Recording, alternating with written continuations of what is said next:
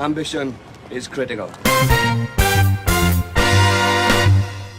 You heard that, but not for very long. Well, just before we start, we'd just like to thank Andrew Thomas for kindly giving Nigel a tenner to buy us a load of beer. So thank you very much, Andrew.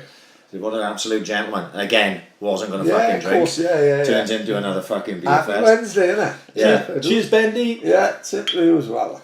I would have a little start like that. Yeah, so Nigel messaged me and Nigel been messaging back and forth earlier. Right. And then Justin Parker turns up to give me a sports massage, right? All right, yeah. Because after I'd done the fucking half marathon on a weekend, I was fucked. Right, okay. Right? So I left Nigel for an hour without messaging him back, like, and then I felt bad. I was like, "Oh look, sorry, Nigel. I'm stuck here with a stiffy in my trousers." Yeah. You know what I mean?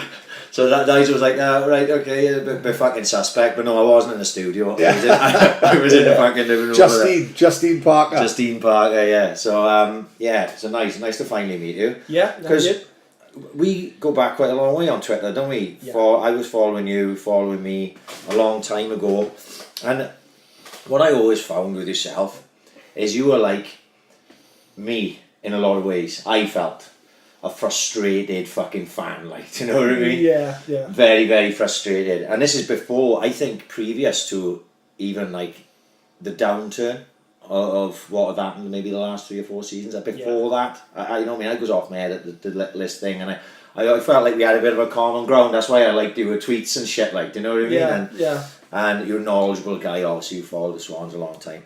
So genuinely, and I'm not blowing smoke up your fucking ass because I wouldn't do that. When I set up this podcast and I was thinking of people that I would like to speak to, maybe get to know a bit better, you were one of the genuine people. That's why early on in the early days of doing it, right at the start, but I sent you a message and then you said it was one convenient for you at that time. And obviously, look, personally, I think this is a better time now. Yeah. With sort of what's gone on since that, this is a better time for you to be to say what you want to fucking say, like, you know what I mean? Part of it as well is the fact that I'm not particularly good at being front and centre, so everything that I've done with the fanzine, I've always tried to stay in the background rather than be, front and centre. So, I'd be nervous all day about doing this tonight. Fuck all to be nervous about it. Fucking hell, no, don't worry about that. The only thing you'd have to be nervous is if he was undercover police. Yeah. You don't know what my job is yet. He did say he works in a local government. Where's my boring cat? No, you'd be like, it's just 3 boys talking about football. It is. It's mad to think though, like, that people do get nervous coming here, Yeah. Like, and sometimes I do myself. Like the Leon Britton one, I was flapping like fuck all day because he wanted to go so well, like, do you know what I mean? And not so much tonight. I'm quite relaxed tonight. I think Justin's massage is fucking sorted my head out. Like, So we're going to be all right tonight. It's going to be fucking fine. So, just to give people a little background if they don't know you, because obviously you are a big Twitter presence, and I think the majority of people listening to us will follow you. I would say if they don't, they probably will be after today. Like, you've been following the Swans for 40 years plus. So when was your first game at the Vetch? As far as I remember, my dad took me down for the Tottenham game that's in the song. Right. Really? Yeah, and my dad would take myself and my older brother, and my brother would get the stand on the North Bank, and I'd end up being sat on one of the railway sleepers and end up with sore ass cheeks, or then plonked on my old man's shoulders and I'd get fucking vertigo. My brother never really took the football, but as well as at that time, my grandfather used to run the Harry Griffiths bar. Oh, like they got it, Wolf Merriman. Yeah. So I grew up down a Vetch. So when I was 4 or 5. Wilf Merriman. Why does that name sound familiar? Oh, he was down the Vetch for many years. Yeah. Many years, and the Harry Griffiths bar was a fucking institution, wasn't it? Yeah, absolutely. You know what I mean? So I grew up. When I was 4 or 5 years old, my grandfather would come and take me and my brother down to the Harry Griffiths bar on a Sunday morning after a home game, and he would bottle up, and my brother would just sit there drinking shandy, and I was too young even for one of them. So I'd go out and I'd walk around Of course you would. the vetch field. Yeah, unbelievable. And for me, I broke my heart when the vetch went, because it was a big part of my family as well. Yeah. And things I can remember my grandfather coming to see me, well, not so much me, but my mother was working in the bar with him at the time. The day that Harry Griffiths passed away, right. And he came and he gave the news, because of course it was a game that night as well, wasn't it? So I can remember all things like that. So for me, I've grown up with the club, and it means pretty much everything to me. It's in my blood. It's part of my family life, and that's why I always feel so defensive about that. Well, fucking and I think that's where, when you think about Swans as a small club, and people I think people get behind a small club. If you were there as one of the 3,000 or 4,000, you feel like you got an extra opinion. Your opinion means a little bit more, because you were there, like you say, you were there in the Harry Griffiths bar fucking 40 years ago. You know what I mean? It's in your heart, it's in your blood, it's in your fucking soul. Like, do you know what I mean? Don't you think there's like characters then that I remember? I've always been a people watcher, so characters I used to remember. Who people now who I don't even know would go to the fucking stadium. People like Super Mario the fucking Stewart. He was an icon.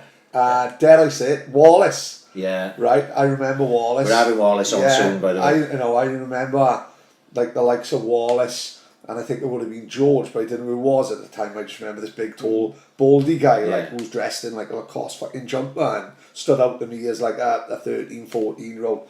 I remember the people who run tits.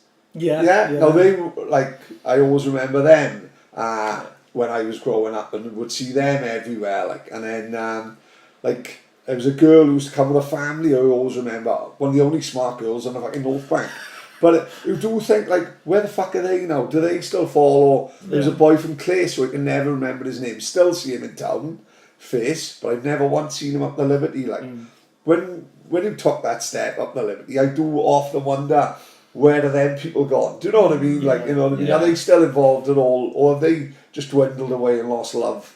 The whole way of supporting the club changed, didn't it? With going from the Vetch, which was tiny, so enclosed, and the smaller crowds. I mean, like you boys probably were there, 2,000 crowds, and then we got that little bit of sort of a build of momentum with the Great Escape season, and then with the Vetch going to be closing, and we were up to 8,000 crowds, which was everybody packed in like sardines, but it was still, a small crowd, and you felt as if you did know everybody, really. You had your place, didn't you? We always stood at the top of the yellow steps.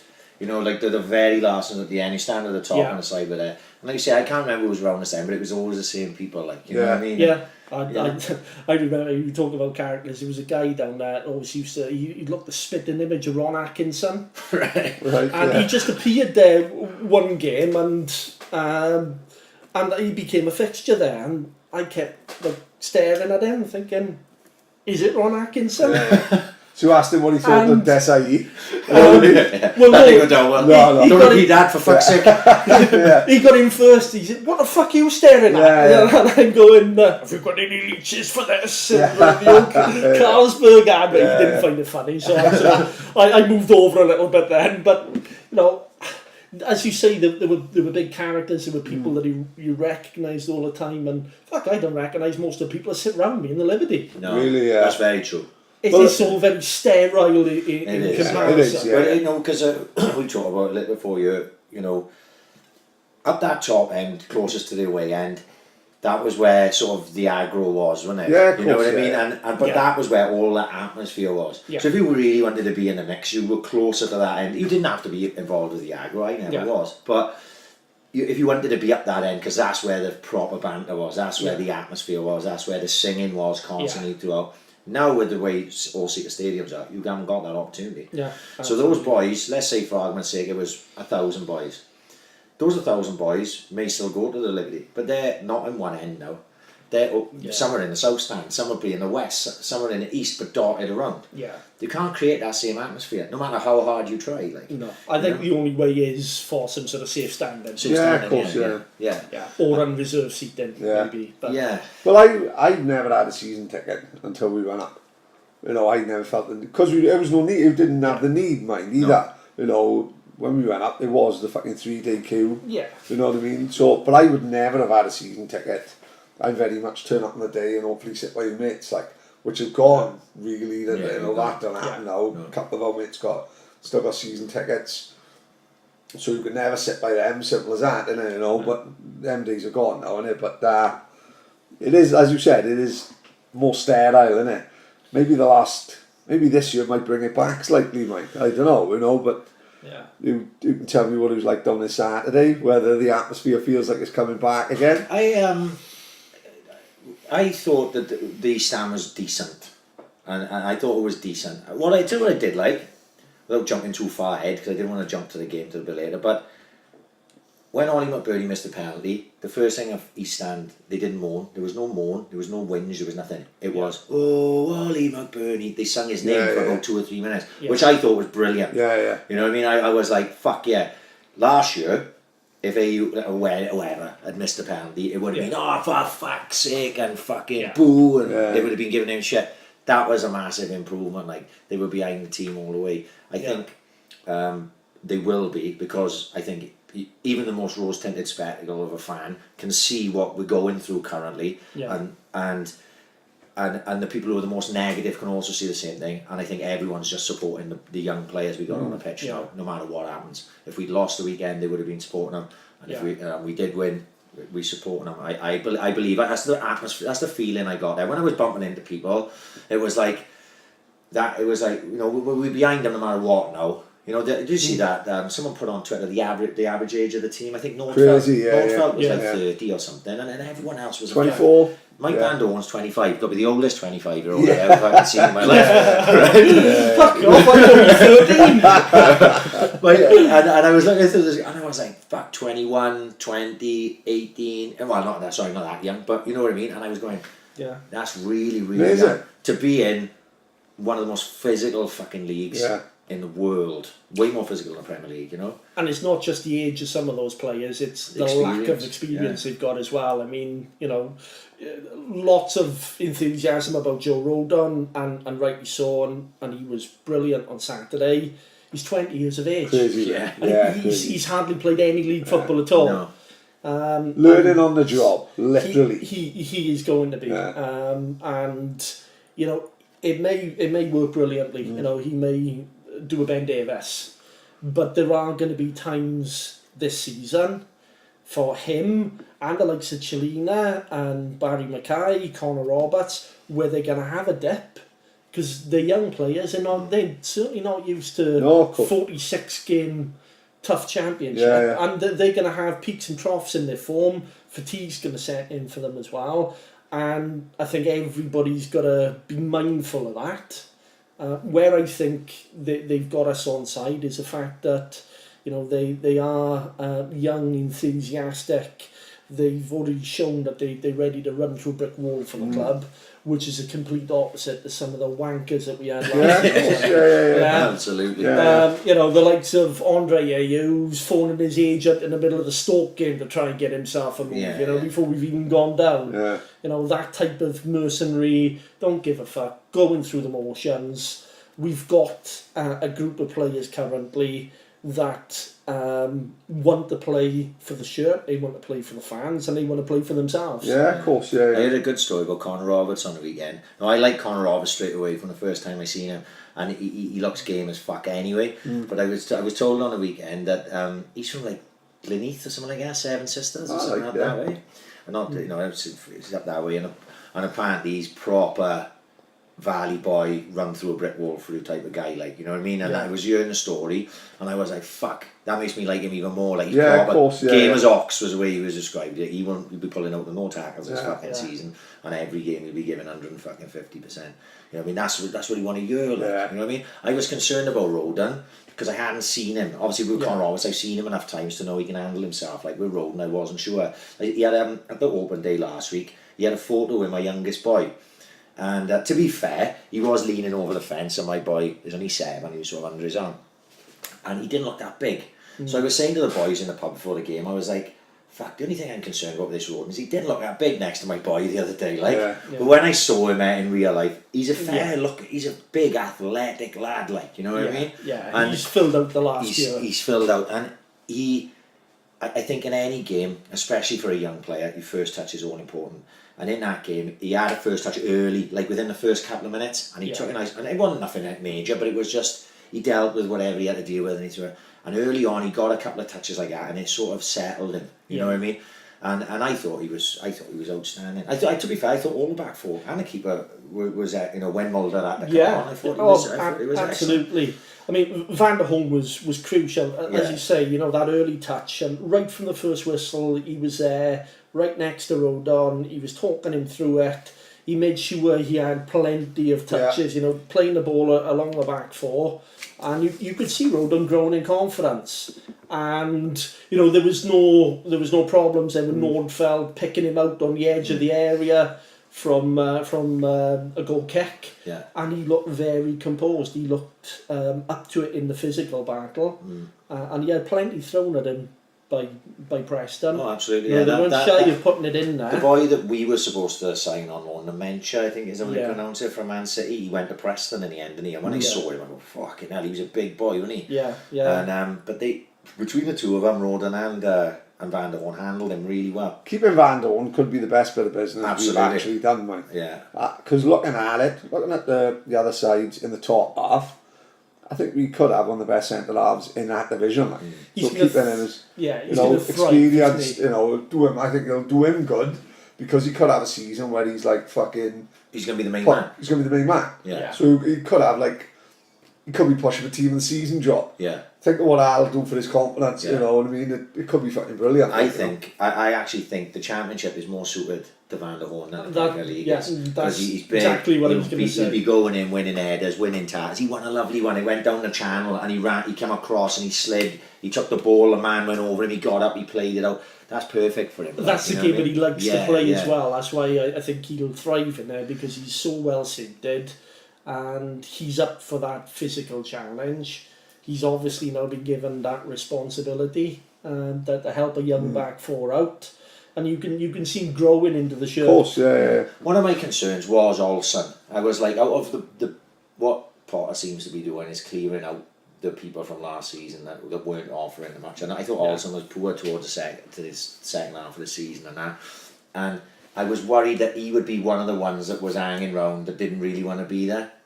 But he didn't show that Saturday, if that was the case. The week before. I thought he was excellent. I was on that side. It was in the West End, and I thought his touch was lovely. He looked a step above Preston on that side of the pitch. Like, you know, he had it completely under control. Second half was a different game, wasn't it? Yeah. It was very much camped in our own fucking half. Like, you know. I did want to set him on fire when he played that back pass. Yeah. But what are you doing? Yeah. Son? Look what you're doing. They. Yeah, you know, this one of those things in the fucking game, innit? You know, Mulder was really quick, wasn't he? He was. When you see Nordfeld, he's waited so long for his opportunity, and then you obviously wouldn't have seen what happened. I felt sorry for him, like, you know what I mean? It is. But when the ball, it was nothing as well, nice. It was so innocuous. It was literally just a swung ball into the near post. He went and took it, and then was like fucking straight away, and I was like, this can't be true. He kicked it out, and you could see he was fucked. And I don't know nothing about Mulder at all, but he came in like he played 30 games last year. You know what I mean? He was comfortable. He made a great save. It was a great save as well. Really? Yeah. The tip over was done. Tip over, He did a tip over in the second half, and he looked composed. He looked comfortable. He was happy with the ball at his feet. I saw, I think everyone was pretty happy with the way he performed. Like, you know, because that would have been a concern. I thought, like I said, I thought the back four and the keeper. I think at times in the second half we didn't close them down quick enough in wide areas. But I think maybe the change of formation in the second half, we're going a bit narrower, left them a little bit more space in the wide areas, and that was one thing you probably could pick up on as a negative. but they held their own. They put their foot in where it hurt. They showed guts and determination, all the things that were fucking completely lacking last season. Yeah, of course, yeah. The other thing as well was from, say, about 70 minutes onwards, most of them looked fucked. Oh, they were tired, yeah. You know, and the amount of ground that they'd covered, and this comes back to, you know, young players giving a fuck about it. Yeah. Because, you know, I watched McBurney, and at times he couldn't put one leg in front of the other. Yeah, he was exhausted at But the end, but he kept on doing it. Yeah. He kept on making the runs. He kept on tracking back. He made his runs forward and tried to be an outlet. You know, he gave everything. He came off a pitch and he was exhausted. Which is what you want to see, yeah. You know, Now, the downside of that is when you get into the swing of the championship season and you play in 2 games a week. of course, yeah. And you've got a wafer thin squad, that's going to tell. Yeah. And that's where our problems are really going to start kicking in unless we do something in this loan window. That's what I was looking at. Like, I didn't think much of Preston, if I'm honest with you. And at half time, when I was talking to one of the boys in the bar, I felt like we were showing them too much respect. Like, we had been so good for the first 15 or 20 minutes, knocking the ball around and controlling it. And McBurney missed the penalty, and then we scored. And then we just seemed to, like, leave them have the ball, which I wasn't a big fan of. I thought we should have dominated the tempo of the game by keeping the ball, whereas we seemed to be happy to let them have it. And I was saying to my mate that time, I said, fuck me, Preston is shit, mind. We've given them the ball and let them have it, and they've done next to fuck all with it. We just go and take it off them, and we should be dominating the tempo. And I thought we showed them way too much respect. And when we come out the second half, I was positive that that's what Potter would have told them. Is like, fuck boys, come on now, get on the ball. But it didn't. We just seemed to like shell up a bit, didn't we? And like stay in, and we were a bit negative. That's where the experience comes in. That's where you need somebody, a dominant presence. Just in the centre of the park. Yeah. I mean, they brought Leroy Fair on, which was a nice surprise. Yeah. The match report that I did, funnily enough, you know, alludes to this. I couldn't believe the sort of it was like all hail the king when Fair came on. The sort of reception he got. I was thinking, hang on, most of you were slagging him off last season. He's a Come on, saviour. the king from coming to America, wasn't he? Someone was in the toilet washing his penis and all that, you know what I mean? It's funny. Man, it can change in 6 months. It goes to show that, you know, Mike Van Doorn the same probably a year ago. People were going, fucking hell, do you know what I mean? We don't want Van Doorn in the side. We'd rather have Fernandez and Mawson. Yeah. You know, now Van Doorn's cult hero. Yeah, you know exactly. What I mean? Yeah. Leroy Fair is going to end up being a fucking cult hero. Yeah. Like, you know what I mean? Yeah. If he, look, we all know that he can put the performances in if he fucking wants to. If he wants to. You know Yeah. what I mean? He come on and what he does offer you immediately is a physical presence. Just standing in there, he looks bigger than fucking everyone. You know, I'm not a Carroll fan, I never have been, and I don't think he offered us enough on the weekend. I thought Fulton done well. Selena is playing too deep, like. The turns that surprised me. The turns that he's doing are alright if you're playing in a number 10, right? Yeah. You can give it away up there, trying to beat the man, because you're up there. But he's picking it up off a defence and turning into trouble. Turning the wrong way, and he did it against Sheffield United, and they had a couple of opportunities before they actually scored, and he did it a couple of times, and again, nothing come of it. I think what people need to understand is, I saw Preston earlier on in the year, at the end of last season against Millwall, and they were poor that day, and I don't think Preston are going to be in the top half of the table. They're going to be in the bottom half, so people can't get too carried away with 2 wins, because Preston, you know, it's nice to have 6 points on the fucking board, 100%. Oh, Christ, yeah. But Preston are going to be down towards the bottom end of the table, mid to bottom end of the table, and I think Sheffield United will be the same. So, you know, another side, giving them that much time on the ball, giving them that much opportunity to swing crosses in on inexperienced defenders, a keeper who haven't played a lot of games, they're going to fucking punish you sooner or later. Like, so they can't be going out there and doing that. That can't be the tactics. Like, you know? And this is a frustrating thing with all this Ryan Woods issue. You know, I'm not for 1 second going to sit here and wax lyrical about Woods, because I've never fucking seen him. No one have. Let's be Not fucking gonna- brutally honest. I'm not No one going to fucking pretend have. No one have. Like, that I know what he's like, what he's capable of, and we've dropped a real ball up because he's brilliant. Yeah. However, he's the man that Potter wanted. Yeah. He's obviously the type of player that will make Potter's system and Work, the players that he's brought in further up the field work. So, you know, if we'd had a Ryan Woods in there, you can push Chelina Oh, absolutely. further up the pitch. And the other thing, yeah, there's the bit about him giving the ball away, but also when he did swap round with Carroll and he was more advanced, he was creating chances. Yeah. He created the penalty with the loft ball through. He set another couple of them up. Yeah, Bernie through at the he end. put Didn't Bernie through. He had 2 efforts himself where he pushed forward and got shots away. So you want him further up the Absolutely, field. 100%. Yeah. But we need somebody that can shut the door. I think the only reason they're doing it, this is what I was saying down there, was I don't think Potter fancies Fulton to do that job. Like to collect the ball off a back four. Yeah. Maybe he doesn't trust his ability on the ball, picking it up. Because we talked about Willie on Britain the other days. It's a skill in itself to take the ball on the half turn and turn away to create space going forward. Yeah. Anybody can get the ball and play it backwards, right? If you play it the way you're facing. The good centre midfielders, maybe this Woods can do it. You take it on the half turn and start you moving forward. Leon Britton can do it. Joe Allen can do it. These good guys like Kante and the Makalele's at the top drawer of the world, they're doing it without even thinking about it. You know what I mean?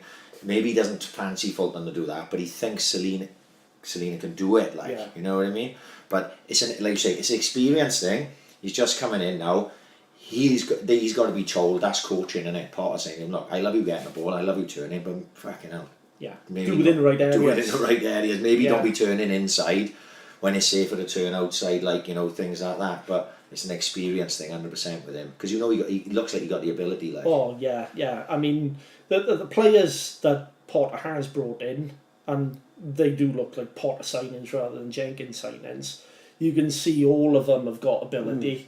It is a question of experience. Yeah, and it is also a case of them getting to know where they are, who they're playing with as well.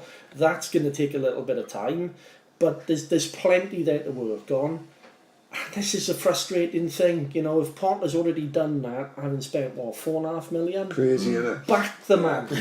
Back the man a little bit, and, we can have a comfortable season. Yeah. No big statements about promotion or playoffs, and that shouldn't be the expectation this season. No, of course it should. More than anything, first order of business is not to get dragged into a relegation fight, not to end up at Sunderland.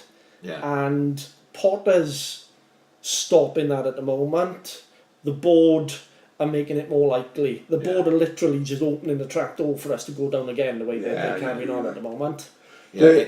We did the podcast a day earlier than usual. Last week, yeah. And last week was really positive, like after the Sheffield United game. If we'd have done it on a Thursday evening, it would have been a totally different fucking kettle of fish. The difference in 24 hours was fucking staggering. Especially these days, like with social media, every bit of news is now, innit? Yeah. Everyone's got an opinion right now. Whereas before, who couldn't fucking moan about it till we went on the vetch with all the boys? Yeah. Because we ain't gonna phone 30 roommates up on a fucking Thursday night and say what the fuck is going on. Who can only talk about it when they meet up Saturday? Whereas now, every single person is talking about it now. Yeah. Announce fucking Woods. Yeah. Do this, do that. Yeah. Fucking, you know what I mean? It's immediate, isn't it? Yeah. You know what I mean? And when they see it now, fucking, you follow every fucking football website on Twitter, everyone got a different stat. And when you see Swans at the top of net spend, and everyone else is minus, say, 4 million, and these are clubs that are well run, say minus 4 million, minus 3 million. And when you see us plus 46 million, so that's 46 million in the fucking black, and then we are umming and ahhing and questioning ourselves over 500 grand. Yeah. You're thinking, how the fuck, that's badly run, that is, you know what I mean? Same as the Klukas thing. Within a week, we lost 8 million on Klukas. We went from him being offered, someone's offering 14, 15 million for him to sell him for 8. Same as the AU thing. Someone was offering 12 million. It was full on a couple of weeks ago. 8 million. 8 million. 8 million, and we end up loaning them out. That's 8 million that could have bought Woods. You know what I mean? And that fucking change as well. You know what I mean? Whatever happens in the loan window, right? If you look at our deadline day dealings, as you say, 8 million for a year, we've turned that down, we've given him away for a season just to get him off. So there's 8 million lost. There's 8 million lost. Fernandez, how can you go from demanding a 10 million fee one day and then the following day bring it down to 6 million. So there's another 4 million. Yeah. And we are mourning about 500 grand. Yeah. You know what I mean? What else happened on deadline day? Giving away Jody and Matt. Yeah. Having got rid of you centre to leave yourself with one centre half. Yeah. You know, those deals. We lost about 14 million on that day. We didn't sign a player manager desperately wanted for the sake of $500,000. What the fuck were we bidding 6 million for in the first place then? Yeah. And those dealings alone mean the people that were running the club should be sacked. Well, my argument is, right, who the fuck, we all like to think we know football, don't we? I look at them and think, could I do a fucking better job with that, like running? And you know what? You're quietly confident that you actually could, because they are all real bad business, football-wise, business-wise. Every single one of them is a bad decision. Yeah. You know, none of us know the true, and you might, we're fair to do, none of us know the ins and outs money-wise above that, but on a football, when you talk about football, you are thinking, fuck, I could do better than that. I could do better than that. That's just common sense. On a fucking maths thing, you'd be going, something's not right there, is it? You know what I mean? Something's not right there. Just the maths of it makes no fucking sense to me. Like. Yeah. And of course we had that wonderful statement then, didn't we? The following day, the most generic statement were pushed into the usual garbage. Where it's all hot air, and I read that statement, and the first thing I thought was, how dare you? How fucking dare you lecture me and every other Swans fan out there about having to keep the club safe and financial mistakes of the past. Don't you presume to fucking lecture me about that? I've lived it, and so have many other fans. Yeah. And the other thing that struck me out, when I put my toys back in my pram over that, it was, right, hang on a sec, I fully understand the need to cut costs. You've got to get the wage bill down. You've got to get players out that don't want to be there. I understand all of that. But your parachute payments are over, 3-4 years? And they're there to give clubs the opportunity to level out their wage bill over a couple of years, not in 3-4 weeks. Well, you know, fucking West Brom and Stoke didn't do the same. We had in exactly the same position. West Brom, I'd say bigger club than us, but not by much, mind. No, there's not a lot in And Stoke, you can't tell me Stoke are fucking this bastion of fucking football. They're a great club, but they're not much bigger than the fucking Swans, for fuck's sake. They're about the same level. They bankrolled, aren't they? By so that, it's where, you know, it's whether or not you want a Peter Coates type pumping money in to allow you to do that. I mean, 65 grand a week for Ashley Williams. I mean, I love Ash, he was great, but I think it was fucking mental if we were paying 65 grand a week. Now, you know, we'd much rather spend 100 grand on Bonnie. You know what I mean? That's where we coming from. You know what I mean? When the Americans were first linked, and this is something which did piss me off. Obviously, I was outspoken about that, and I was against the deal. I was against the deal because these guys, the way it was done, obviously. And these guys, no matter how many times they were asked, they could never come up with a coherent plan about what they were going to do and how they were going to do it, how they were going to fund it. I've never wanted them to spend millions of pounds and bring in star players. You know, that's not what it was all about. And the fact that they haven't done that isn't the source of my dislike of them.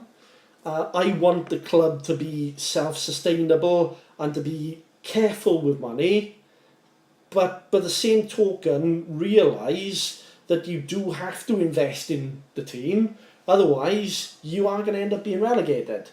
And that will be the same this season. If they don't put some investment in now with this little window, then we risk going down. And whatever financial state we're in now from relegation from the Premier League, it's going to be a hell of a lot worse if we go to League One. Yeah. So there's got to be an element there of balancing the needs of the team now to make sure that we stay up. Yeah. But equally, I'm not calling for the Americans to stick 30 million in the form of a loan, you know, and do a Sam Amam or a Vincent Tan type thing. because you've always going to end up paying that back at some point. They don't do it out of the goodness of their hearts. They do it to make money. They're businessmen. Yeah, of course, And if they pump 30 million, it's either going to dilute the trust out of existence, or they're going to put it in as a loan, and when they fuck off again, they're going to say, I'll have my 30 million back, please, plus 7% interest. And we really are going to be in problems then. So it is such a juggling act, and sometimes I do wonder if fans really take the time to understand what the financial implications are and what the implications are with the trust shareholding now. I think it's too easy as a fan sometimes to just demand money being spent and throw toys out of the pram if it isn't. You know, it is a lot more complicated than that. Well, what we want, which is what I thought we would be, I thought this would never happen in my lifetime now, talking about stuff like this, like after the Hull game, you do worry, and you do see how close we came, you do worry about, all you should really care about is all promotions are great and the cup finals are great, but sometimes you've got to think, will we always have a club? Yes. Will we always have Doesn't matter what division it's in. Yeah, it don't matter what division. As long as it's in the football leagues, you don't want to go out the football league. You don't Right? Absolutely. But will Swansea as a city always have this football club, right? And when we went up to the promised land and we had all this money, and we were the benchmark of the whole of the country as our club should be run like. Yeah. It's like it go on any news article, whatever, fan owned.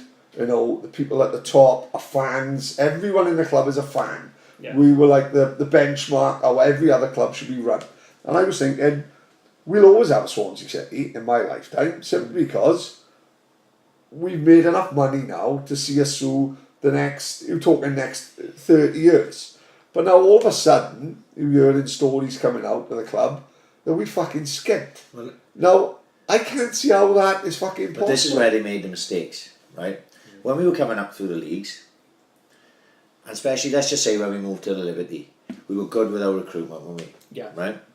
So we picked up, like, players who were not demanding massive wages, who had points to prove, who were hungry, and maybe they're only using Swansea as a stepping stone, but this is in League One and the Championship. We're coming up and talking like the likes of Darren Prattley was an amazing signing for us. You know, Akin Fenwa, Trundle even, you know, we go through these lists. You can keep listening. These are hungry young players. Hungry young players are always going to drive a side on, right? We got up to the Championship. Rogers gets Scott Sinclair, hungry to prove a point. Yeah. Gets one of the few, you know, Ashley Williams come through from nothing, 400 grand from Stockport. These players are all young. They got a point to prove. They've got a great team spirit. They take us up. And even our first couple of seasons, Michu, point to prove. Boney first time round. Yeah. Point to Danny prove. Graham. Danny Graham. The list goes on. Routledge. But there was a point where that stopped. Yeah. And instead of looking down to the Championship, this is what I've always thought, is at the end of the season, don't look at the teams that got promoted, look at the teams that didn't get promoted. Who's their best players? So let's just go for argument's sake, Preston didn't get promoted, but they've got that guy who scored 22 goals last season. in that division. In a division, maybe in a mid-table side. Is he worth a look at? Because if you get that guy, he's 25 years of age, he's only on, but you know what I mean, in comparison. Yeah. He's on 10 grand a week down there. Fuck, if we offer him 20 grand a week, He's coming, yeah. he's coming here, Yeah. right? But what we did, we went up. We tried to sign internationally, started with sort of AU first time round. We didn't have to pay a fee for him because he came on a free. So then he gets all the fucking coin. You're paying him mega money. Yeah. And the problem with that is, which is fucking... It bumps everyone's wages everyone. up. This Yeah. is why Right. Wenger was so adamant about wage structure, with you having a wage cap. And you Absolutely can see the spot point, on. because if Ashley Williams is on 25 grand a week and then AU comes in for 60 grand, Ashley Williams are going to say, oh yeah, but he was a free transfer, so they probably got it right there. Exactly. Ashley Williams is going to say, he's like a fucking minge every Yeah. day at Fairwood in training. Where's my 60? Where's my fucking 60 grand? I need Exactly. a fucking new haircut. And I'm on my way up the Optimist. and then that's where it starts, right? Yeah. And then this is why we are where we are now, because they kept gambling, Yeah. and it was okay when it's coming off, and when it stops coming off, and you've gambled on a Borja Baston at 15 million, and a fucking Rocky Messer at 12 million, and you've seemingly wasted millions of millions, and probably paying them a fucking pretty penny as well, right? Because they're coming from you and everywhere. You fucked it up because everyone's pay packets have gone up, and then you're in a position then where if we get relegated now, we'll be fucked, right? And when you get relegated, you are fucked, and that's why all these boys have had to go. And whether they wanted to go or not is by the by. Even if they didn't want to go, they would have to fucking go. You don't think now that if someone come in and just agreed to take Boney on a loan that they would just fucking let him go just to get him off the wage bill. But nobody wants him because he's fucked. Yeah. Right? Yeah. So you've got to keep And paying him. it's not even a secret, is it? It's not a secret. You know what I mean? Oh, why don't you just told us that? But as well as the incoming transfers, where we've been spectacularly incapable has been the outgoing transfers as well. You know, so we talked a little bit earlier on about that deadline day. We can't seem to sell players properly. No, we sell them at the So last minute. you know what? Is this the second, third season on loan for Boha? Yeah. Why can't we sell him? Yeah. We bring back the biggest mercenary I've ever seen in a football kit.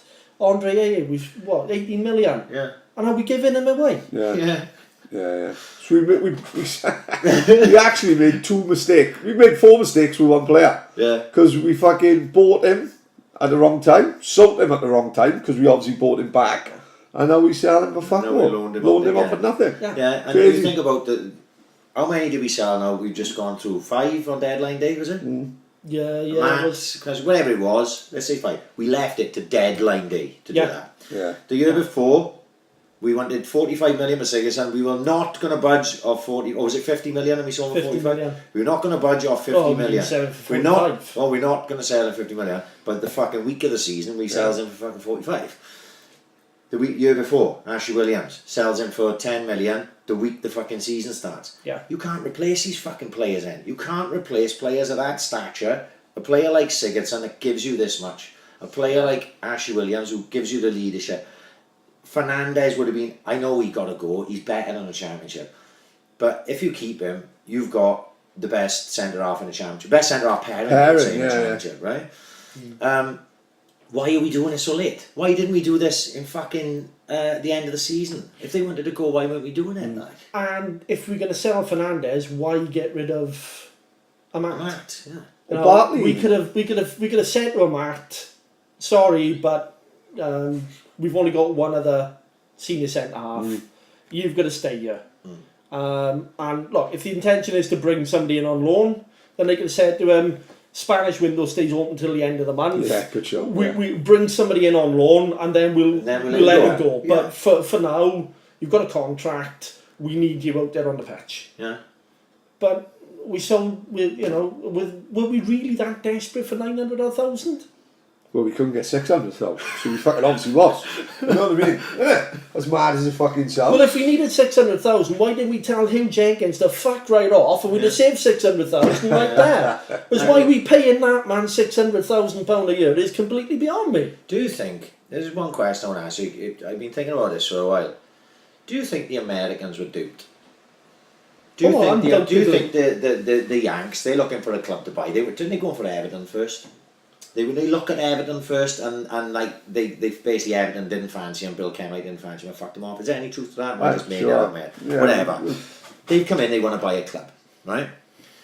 So it's quite obvious that Jenkins and that, they're going to sell to any fucker as long as they get their coin, right? We can get into that a little bit better later, right? But do you think that they've gone into their first meeting with the Yanks and they've sold them a dream? They have sold them a fucking dream. And now the Yanks are they're in what, a year, 18 months, whatever it is, and they've gone, fuck me, we got tucked up by these cunts, mate. No, they've realised that they were tucked up before they'd actually completed the deal. Right. Do you think so? Well, over the shareholders' agreement. Yeah? They didn't actually know that there was a shareholders' agreement in place until just before they're going to say that's what the delay was. As far as I'm led to believe. Remember, we had like the empty chairs. They were supposed to announce it, and it didn't happen on that day. So explain to me as a fucking village idiot, the shareholders agreement. slam that in. How do you mean now? Because this is like above my head. I want people to know, to be explained, if you could. Yeah. Like, you So know. when the deal was done to buy Tony Petty out, and you've got Hugh Jenkins investing, and you've got Martin Morgan investing, you have Brian Katz, and you had the Supporters Trust and putting money in. So you were involved at this time, No, is it? no, right. no. Was you running a fanzine then? Not at that time. Right, I see. So So you were just a fan, same as everyone else. Yeah. Passionate, Yeah, but very, very passionate. paid attention to what was happening behind the scenes. And one of the reasons I got involved in the fanzine when Phil Sumbler started it was because I'd gone through such a frustrating time at that Tony Petty era. Yeah. I didn't feel I had anything to offer the Supporters Trust other than membership. Yeah, okay. But, you know, there was so much that I wanted to say to people like Mike Lewis and Tony Petty, and I felt really, really frustrated about You it. needed a voice. There was no Twitter then, was it? No, of course not. Yeah, that's You right. know, there were forums, and there's a really funny story about me posting on the SCFC guest book and having a pop at Mike Lewis and putting my home phone number on there and daring him to ring me, and he did. Oh, fuck. And I'd used the username Jack on, and I can still remember Mike Lewis and the answering the phone, and then him going, "Hello, Jack, it's Mike Lewis here." Right, And he just launching into this tirade against him, calling him every cunt under the sun. This is, what's this, like a phone, House phone, is it? Yeah, my home phone number. Yeah, but what I'm saying, what was it was no internet then, was it? It was. You went This to is like a Swans The dial-up, was it? Yeah. It was dial-up jobs. Yeah. You know, I'm trying to make as small sort of posting as I can because it's costing 5p a second or By whatever. the time we phoned up, we chilled fucking right out. You had a lift down, you had a bath with candles. Yeah. We phoned him up, he was actually calling him home for dinner. You know what I mean? We chilled out so much. That's how long the dial-up took. But that taught me that, you know, I had a lot of passion. There were a lot of things that I wanted to say. I wanted to defend the club as much as I could, and that's why I got involved in the fanzine. I missed the boat in many ways with the Supporters Trust, but I was a member. I volunteered to help out where I could, big supporter of it. And that I was friendly with some of the board members as well, so I had an appreciation of How the club was run. what was going on. And that shareholders agreement, it was something that was put in place from, you know, covering the likes of Deneen when he eventually bought shares, Jenkins, Martin Morgan, Katz and the Supporters Trust, and it put certain restrictions in place. Yeah. And like one of those restrictions was if one of them decided to sell up, they had to offer the shares to the other shareholders first. Right. As in, You know? the shareholders or Morgan. Right. Martin Morgan decides I'm going to sell my 20%. Yeah. He's going to offer them to the other shareholders. Right, that's good, that is. shareholder agreement first. It's a bit of your own in-house Well, it keeps partnership, it in-house, maybe, yeah, it keeps it in-house, Bit of your own in-house, like... in theory, it's people you can trust. Yeah, You're of selling course, it to people yeah, you can trust. yeah. You're not Yeah, selling it like Arsenal sold, like Kroenke owns shares, and then they sold it out to that Usmanov, was it? Yeah. And it's all a bit like they're all arguing with each other then. Whereas if you sell it to the other shareholders, you're all mates, you all keep it in-house. Keep it in the house, yeah. So that's, you know, one of the big issues with the sale is that Jenkins and Deneen and the rest of them sold behind the trust's back, and they should have offered the trust And they weren't those offered. shares first. It doesn't matter that the trust could never afford to pay for them. They were obliged to offer the trust first, and that would obviously then have alerted the trust, tipped the trust off. Yeah. So they didn't bother doing that, and they basically told the Americans there is no shareholders agreement, don't worry about that, you know, just do the deal, don't talk to the trust, we don't even talking to them, do the deal with us. Yeah. Oh, surely that's not allowed by law. But You know what I mean? I know Petrocelli, right? But surely even I can tell there's got to be a little law in place that says that's not allowed. But it gets better than that, because that shareholders agreement that Jenkins, Deneen and the rest denied was in existence. Right. Bastards, eh? The trust has got like the evidence, and at the fans forum, you know, they put it up on the big screen, you know, the letters from Jenkins and the lawyer asking the trust to sign a bit of paper to say that the trust the shareholders agreement was null and void. So, well, if it's null and void, why do they have to sign any paperwork to say it? But also, they denied that shareholders agreement was in place, and yet they were the ones that invoked it when Mel Nurse sold his shares. Right. Now go back to what I said about having to offer them to the other shareholders first.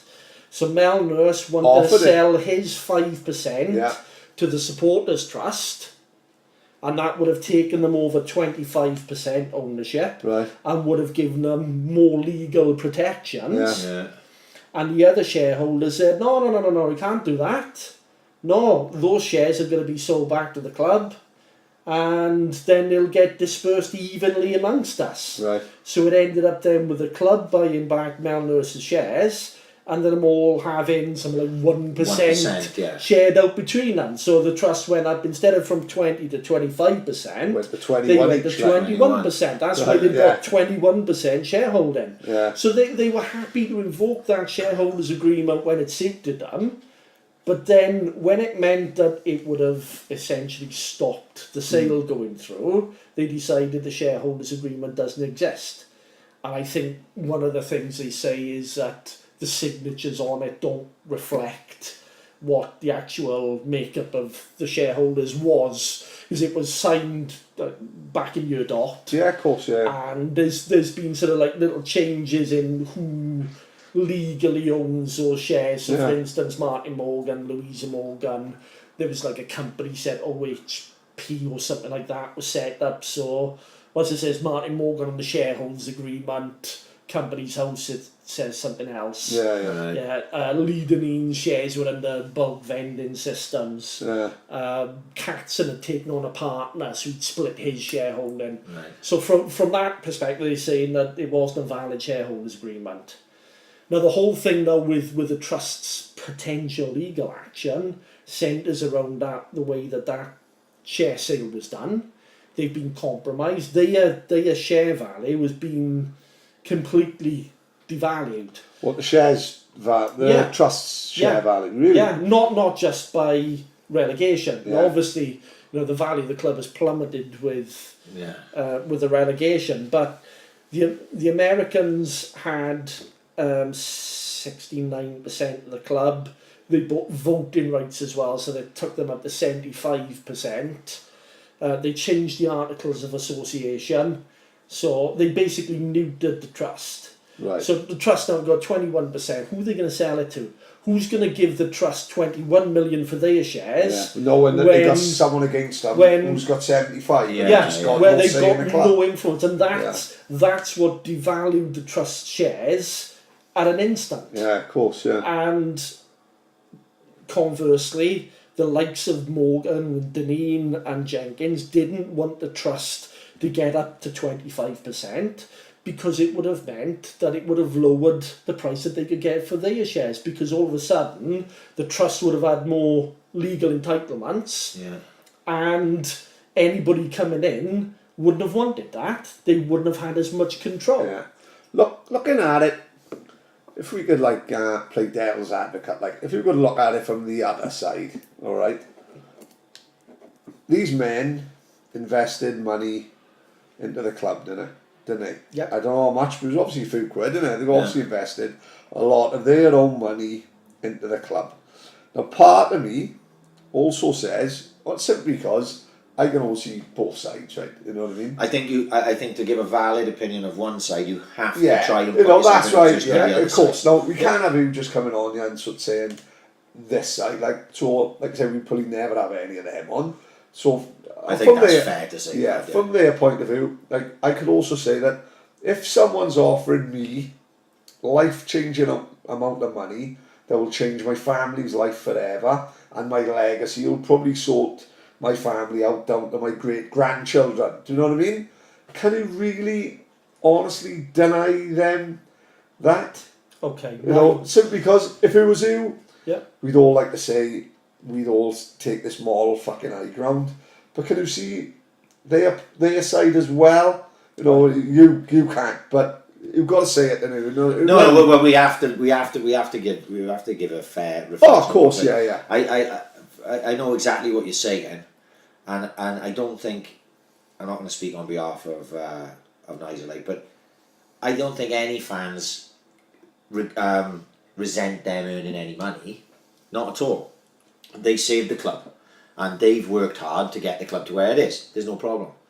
But they owe us as fans, because they've got the stewardship of their club, our club, in their hands. So if they want to sell it, I don't think any one of the Swans fans will say, no, you can't fucking sell it. You can't fucking sell it. They say, right, yeah, no, of course, fucking hell, you've earned this. You can sell it. But you've got to sell it to the right fucking people. You can't just sell it to the first fucking people that comes in and then at the same time fuck over the people who are still in it with you. Do you know what I mean? That's where the problem is. I don't think anyone gives a fuck if Hugh Jenkins has got a new swimming pool out his back garden. Like, no one cares a fuck. Where is it? We're going shit in it tonight. He lives up in Valley somewhere. But it's the way they went about it is the problem, isn't it? Let me respond to it. Yeah, go on. First of all, I'm going to polish my halo. If it was me, I'd have set the club up for life. Of course, for generations to come. Yeah. Could they have done that easily enough? Yes. Yeah. I have got no problem with them selling. Yeah. If they wanted out before the Premier League bubble burst, no problem with that. Just be fucking honest. Come out and say, that enough, I've given 12, 14 years of this. I want to cash my shares in, look after my family. Go out into the sunset like Del Boy and Rodney. No problem with that at all. Yeah. I'd have had respect for them if he'd done that. Wouldn't have begrudged them a penny. Let's also have it straight as well. For what they put in, yes, they made a financial commitment all those years ago. Something like 50 grand. 50 grand upwards. Yeah, of course, yeah. A lot of money, let's not fucking beat about the bush. Before they sold the club, they'd had that back 100-fold. Yeah. Don't forget, I mean, when they had everybody's respect, they were on good money then. They weren't taking anything out of the club. They bought their season tickets. Fucking fantastic. Problems started when we got to the championship, and then they started deciding, right, we're going to start paying ourselves a wage. Right. And I defended them then. I went to war with David Conn, actually, at one point. Defend their right. Taking 20, 40 grand out. Yeah, that's fine enough. I got no problem with that. But then, you know, when they start taking dividends, right, you know, they're making about £1 million dividend on the shareholding. And then they say, you know, well, financially, you know, we're a bit strapped and we can't buy X, Y, and Z because we haven't got the money. Don't take a fucking dividend then. Yeah. You know, what you put into the club all those years ago, you've had that paid back in spades. Yeah. And you were not the only ones that saved the club. The likes you and I saved the club because we were going through the turnstiles every week. We were putting money in the buckets every week. We were raising the money to pay Leon Britton's wages every week. We didn't have anything back, and I don't fucking want anything back. Yeah. But these guys, it got to the stage where greed took over. They saw huge dollar signs everywhere. They panicked when we came close to relegation. They panicked when the Trust did some due diligence on the first Americans that they were going to sell to, and they would have been as bad as this clueless pair. Of course, And they set out then to screw the fans over and sell that club and make as much profit as they could, irrespective of what damage they did or where it left the club. That's what I've got a problem with. Do you think it might have helped them if they'd have sold and then fucked off, if that makes any sense? Well, like, they definitely would have, so then, like... There's no doubt. Like, I don't know what capacity Deneen has in the club at the minute. He's very vocal on Twitter, and he must have been involved in some... He's not so much now. But he must be involved in some capacity because he was fucking down there on the day of the transfer deadline day. So he was vice chairman. Still. And he's paid 250 grand a year as that's just greed. That is pure greed. And that is a brass neck, an absolute brass neck. What should have happened? If they sold the club, they should have fucked off. And then you can say, well, we didn't want to leave the club in a mess. Unfortunately, we are in a mess. So ideally, they should have had their money and said, in the words of Jim Bowen, I've had a great day, Jim, I'll take a speedboat. They should have fucked off. Yeah. And then that's it, then they're gone. Then, you know, don't go arguing with fucking Kevin who drives lorries from fucking Penland on Twitter. It's fucking embarrassing. Yeah, You know but what I mean? there's a thought process, and the reason I know this thought process because one of my best mates, James Storman, who's been on the podcast, this is the way he thinks, is that if we don't have Jenkins there, we'll have fuck all, and they'll make it even worse. Now, I don't actually believe that, but I'm just giving you the opinion of maybe some people share that if Jenkins isn't there to sort of guide it, these Yanks will fucking wreck it even worse than it is now. I don't agree because for all the good run of form Hugh Jenkins had when he was on fucking Match of the Day and On Match fire. of the Day on Perfect. Grandstand and shit, and he was there all Best the time, chairman football in the focus, league, and he was loving it. The minute it started going shit, his form dropped, and then you didn't see him again. And his form kept dropping. His mistakes kept getting greater and fucking What I greater, didn't to the like- point where we fucking sold. So if he's still the one that's guiding the fucking ship, maybe the changes now, because like you said earlier with Potter signers, they don't look like Jenkins signers, do they? You know what I mean? Maybe he's taken a look and gone, I'm having a bit of a fucking mare here, maybe I'll leave it to the pros, like, you know? Maybe that's the case. But look what's happened this downturn. 3 years minimum of us fucking nosediving to where we are now while he played Championship Manager. You know what I mean? Yeah. He should have stayed the fucking chairman then, and then once we sold out, he should have got the fuck out. Like, you know what I mean? In my opinion, you know. Well, yeah, I don't follow Nick Deneen on Twitter. I don't follow him. I follow Lee Deneen just to see what he does. I'm blocked by him.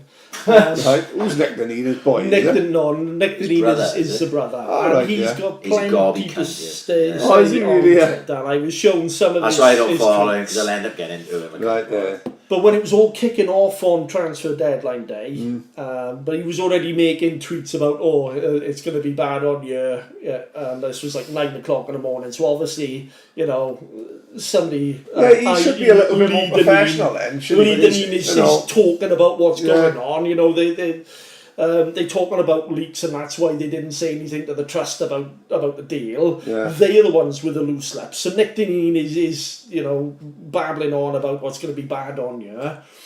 But any criticism that came Jenkins or the Deneen's way, his answer was, when are you going to get it through your head that it's the Americans that are running things? Who, Jenkins, we don't have a say.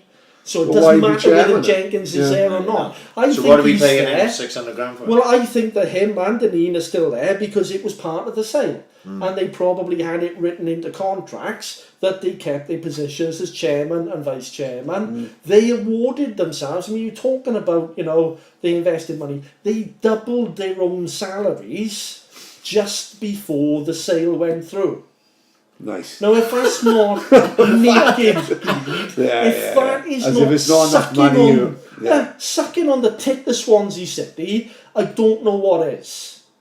Yeah. And for all that I'm having a go at them now, let's just remember, and in the interest of balance, I spent 10 years in print defending these people, you know, to the point where it was getting boring for me, you know, writing the intro for an issue of A Touch Far Vetched and saying, you know, the board are doing a great job, we're playing great football, we're moving up the leagues, was financially sound, they're investing in the infrastructure. You can't argue with that. Yeah. You know, I knew a bit of reality behind that about what shady characters they were and how they dealt with people, because they treated me like absolute shit.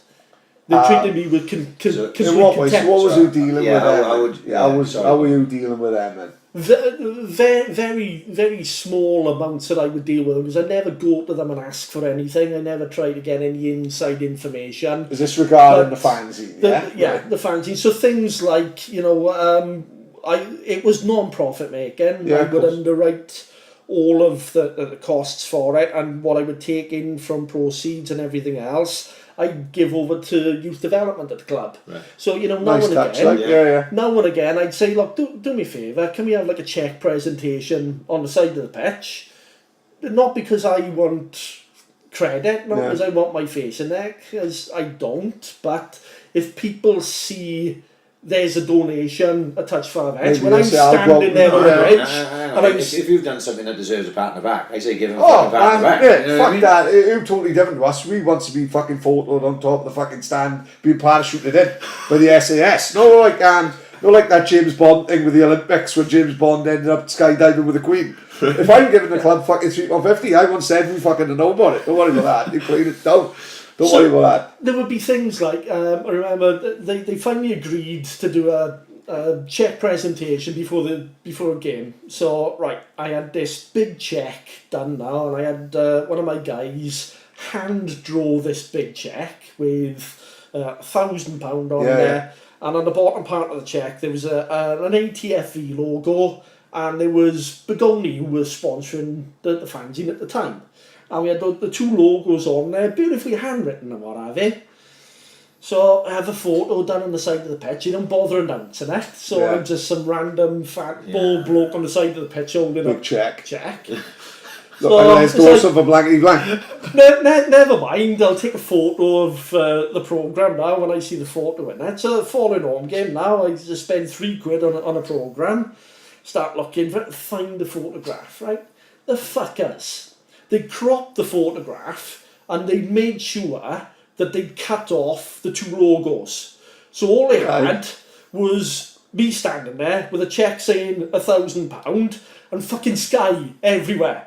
It was like a mile of sky. Right, yeah. Yeah. Instead of like cropping it and taking all the sky out and having the check in there with the logos, it was anything like that to try and, stop any credit for us. They wouldn't back us. If I ever did ask for anything, and it was never anything for me. It's like, can I have something to raffle off for this charity gig we're doing?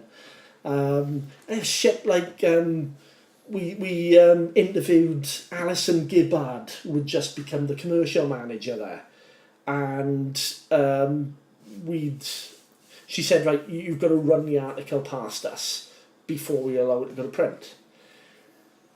Basically, Hugh Jenkins threatened to sack her if she didn't get me to change the fact that we'd mocked up her face in a Wonder Woman outfit.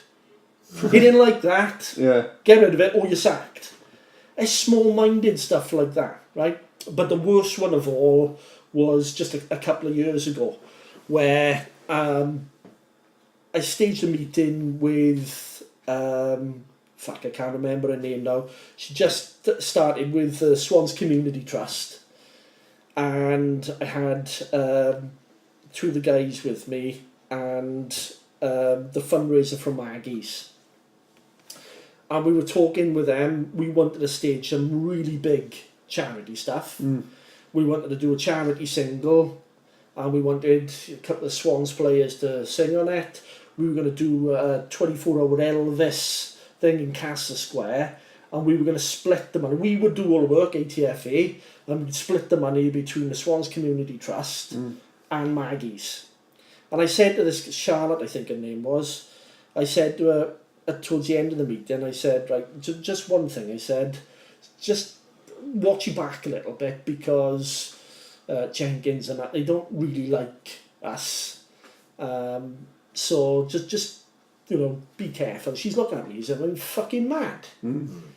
So about a week later, I haven't heard anything from her. She was supposed to be going to marketing team and publicity team and getting this, that and the other for us. So I sent her a message on Facebook and I said, what's happening, where are we? You want to crack on with some of this stuff? And she said, come back, and she messaged, I thought you were winding me up when she said, be careful. And she said, I'd been meaning to speak with you, but I didn't know how to say it. I said, well, just come out and say it then. So she said, well, I spoke with the public relations department, she said, and they've moaned me about working with you because you're opinionated. So, right, okay, don't worry about that. You've just started in that position. You're not actually part of the club, and you're relying on the club to help establish the community trust. This is a battle for you not to fight at the moment. Don't worry about me. But, see what you can do in terms of us working together, and I'll raise some money for you.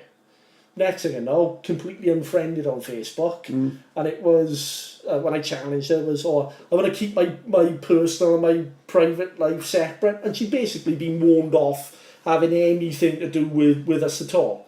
So basically, the likes of Jenkins and Deneen, whilst Deneen was always sort of really personable with me, especially when he wanted me to put a message out for him, you know, behind my back, it was, don't deal with him because he's too opinionated, to the extent that they would stop us from actually doing some really big charity stuff and raising a lot of money for the community. And that's what fucked me off. You know, I don't care. I didn't want anything from the club. I never wanted any freebies. Never wanted any information from them. I was never one, the fanzine was never there for breaking news or anything like that. We were there to offer opinion on what was going on. And for 10 years, I couldn't have been more supportive. You know, 99% of what I wrote was praising them to the hilt. The 1% was when I felt something needed to be said. If I felt they got something wrong, I'd say it. There were 2 occasions they offered for ATFV to become an official publication, which, for me, I could have produced thousands of them, put them in a club shop, all my work would have been done for me. But I would have had to run everything I wrote past the likes of Jenkins and Deneen, and that would have stifled any criticism that I felt needed to be made. It would have shut that down, and I wasn't prepared to do that. My life could have been a lot easier. I could have made a lot of money. In the end, I kept losing money because I never had anybody to volunteer and sell with me, and I gave everything away to make sure there was a donation for the club. You know, and that you know, really did hurt. So what made you start it up then? Like, how long have it been going? ATFV started the last year, well, the last game at the Vetch, and it was started by Phil Sumbler. And at the time, I'd always wanted to be a sports journalist when I was growing up, and never done anything about that. But when I was working in Remploy at the time, in Remploy Furniture Office, and my boss there got me onto like a correspondence course for feature writing and what have you. So I thought, early days of internet and blogging. Of course. So I started to get into trying to write professionally, and Phil Sumbler looked to start a new fanzine and look for volunteers on the forum, and I put my name forward. And when we came to do the first issues, and like 20 volunteers, ended up being 5. And Phil didn't have anybody to design it, so I got my brother designing it. And then I sort of ended up sort of co-editing with him for the second issue of it. And then by the time that had come out, he'd been elected onto the Supporters Trust. And didn't have the time. And he said, you know, I got a conflict of interest now, so I can't do this anymore. So it was a choice of either letting it die what it was or taking it on. So I took it on, became the editor of it, and it was going for 12 years. Really? And whilst I don't do a print fanzine now, the website is still there. The Facebook page and the Twitter account is there, so it still has its commentary, it still has its place there, and we still do as many charity events as we can a year. So, you know, I'm as proud of our commentary about the club, but I'm equally as proud of what we've done in the community. I think it's raised something, must be close to 50 grand over its lifetime. Of course, For a number of different causes, and it gives me the platform to do that. And I mean, if the support from the club had ever been there, you know, could have done a lot more than that. That must be frustrating. It is. And you know what's also frustrating, I've had criticism, and I've had accusations of being, you know, with an agenda, anti-board. I was accused of scaremongering when the Americans first came on the scene, you know, and there's this perception that if you're critical of the club, you're not a fan. Well, hang on. I was the one standing out there on a fucking Christmas Eve in the pissing rain, freezing cold, the only ones selling fanzines to raise money for youth development for the club. Yeah. Don't presume to have a pop at me and say I'm not a fan. Yeah. I've paid my dues, and that would get under my skin at times. Sometimes you gotta let that go, and I don't let that type of thing get at me as much as I used to. But I still will fight my corner. You know, if I criticise the club, I feel that I'm doing it for the right reasons, and I feel it needs to be criticised equally. And you know, this is whilst that I've been criticising Jenkins, Deneen, and all the rest. If I think that they've done something right, if I think they merit credit, then I will give it. And there's plenty of articles on the website. If anybody wants to pull me up on that, you know, I'm in print. I put my opinions out there, and I've got those opinions in writing to back that up. I will give credit where it's due, but I will also fight to my dying breath for the club. But surely, what I can't understand is how fucking sensitive are the board got to be that they would come and try and hinder you like that. When in reality, and I don't mean this in a disrespectful way, what you're doing there is a much smaller scale to what they're doing. For them to go out of their way to hinder what you're trying to fucking do when you were being positive about it. I'm not talking about now, I'm talking about back then. That's just cunty, innit? Do you know what I mean? Well, no, what I'm saying is, if I'm this fucking chairman and all fucking match of the day, with the greatest respect, Nige, I couldn't give a fuck about you. Yeah. If you like you obviously a fucking fan, so I would be, look, chuck the fucking guy a fucking free ticket once a month. Yeah. You know, he's one of the old school fucking fans. We ain't got fucking many of them left. I'm here in my ivory tower. If he calls me a cunt, I don't really give a fuck, if I'm honest. Yeah. Chuck him a ticket, let him have his fanzine. If he sells 100, he sells 1,000, he sells 10. If he wants to help the fucking youth, let him help the fucking youth. If he sells 10,000, then he's giving 10 grand a year to youth development. Which at the time, the youth development was probably non-existent. Well, when these are the days when we were fucking training up Britain Ferry and that, you know. Yeah, when we started, Alan Curtis was youth development at the time, still over at the Vetch. And the first Czech presentation we did was at the Vetch. And we had a lovely interview with Alan, and that 400 quid was worth its weight in gold. Yeah, of course, for what he was doing. Yeah. When we came over to the Liberty, you know, David Moss was head of youth development. You know, that was the difference. What we were giving him, £200 every couple of months, was the difference between him having video analysis of games or not. And that's what he was spending it on.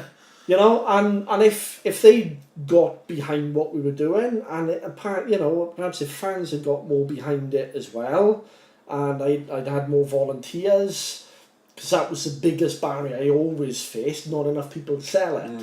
You know, the more £1 per issue that I took in, the more I would be able to help the youth development.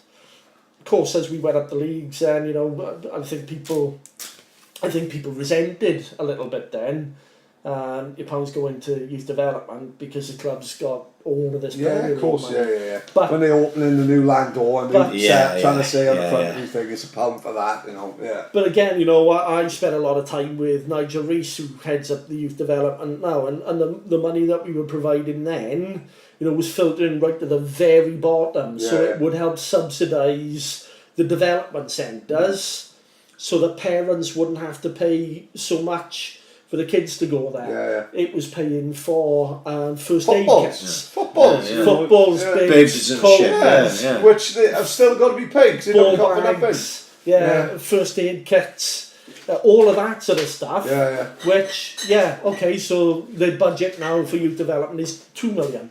1.5 million of that goes on the under 23s, and it goes to sign a couple of players that they want to bring in from somewhere. So, you know, further down that age groups that you get, then it's still on a shoestring. So that the sort of money that we were giving over was still really, really useful, and it was still important. And that now, if things continue to go tits up, that's the first thing that's going to be hit. You know that. And people like me, and people, you know, things like that, fanzine raising money, you know, they'd be cap in hand for people to do that again. Yeah. Businesses that they've turned their nose up now, because they've got, you know, other businesses that they deal with. All of a sudden they'll be begging them to come, you know, sponsor a player in the programme again and things Which like is that. why I remember. everyone remember that Tommy sponsor. Fuck, imagine hours now. Tommy Hutchinson sponsored by Paddy Keller. Imagine that. Fucking hell. I We just live in killed the me now. dream, I'm so. happy. Like. And you know, that's one of the reasons why I learned to hate the Premier League, was the arrogance. It's not just the greed that the board ended up with. It was an arrogance, you know.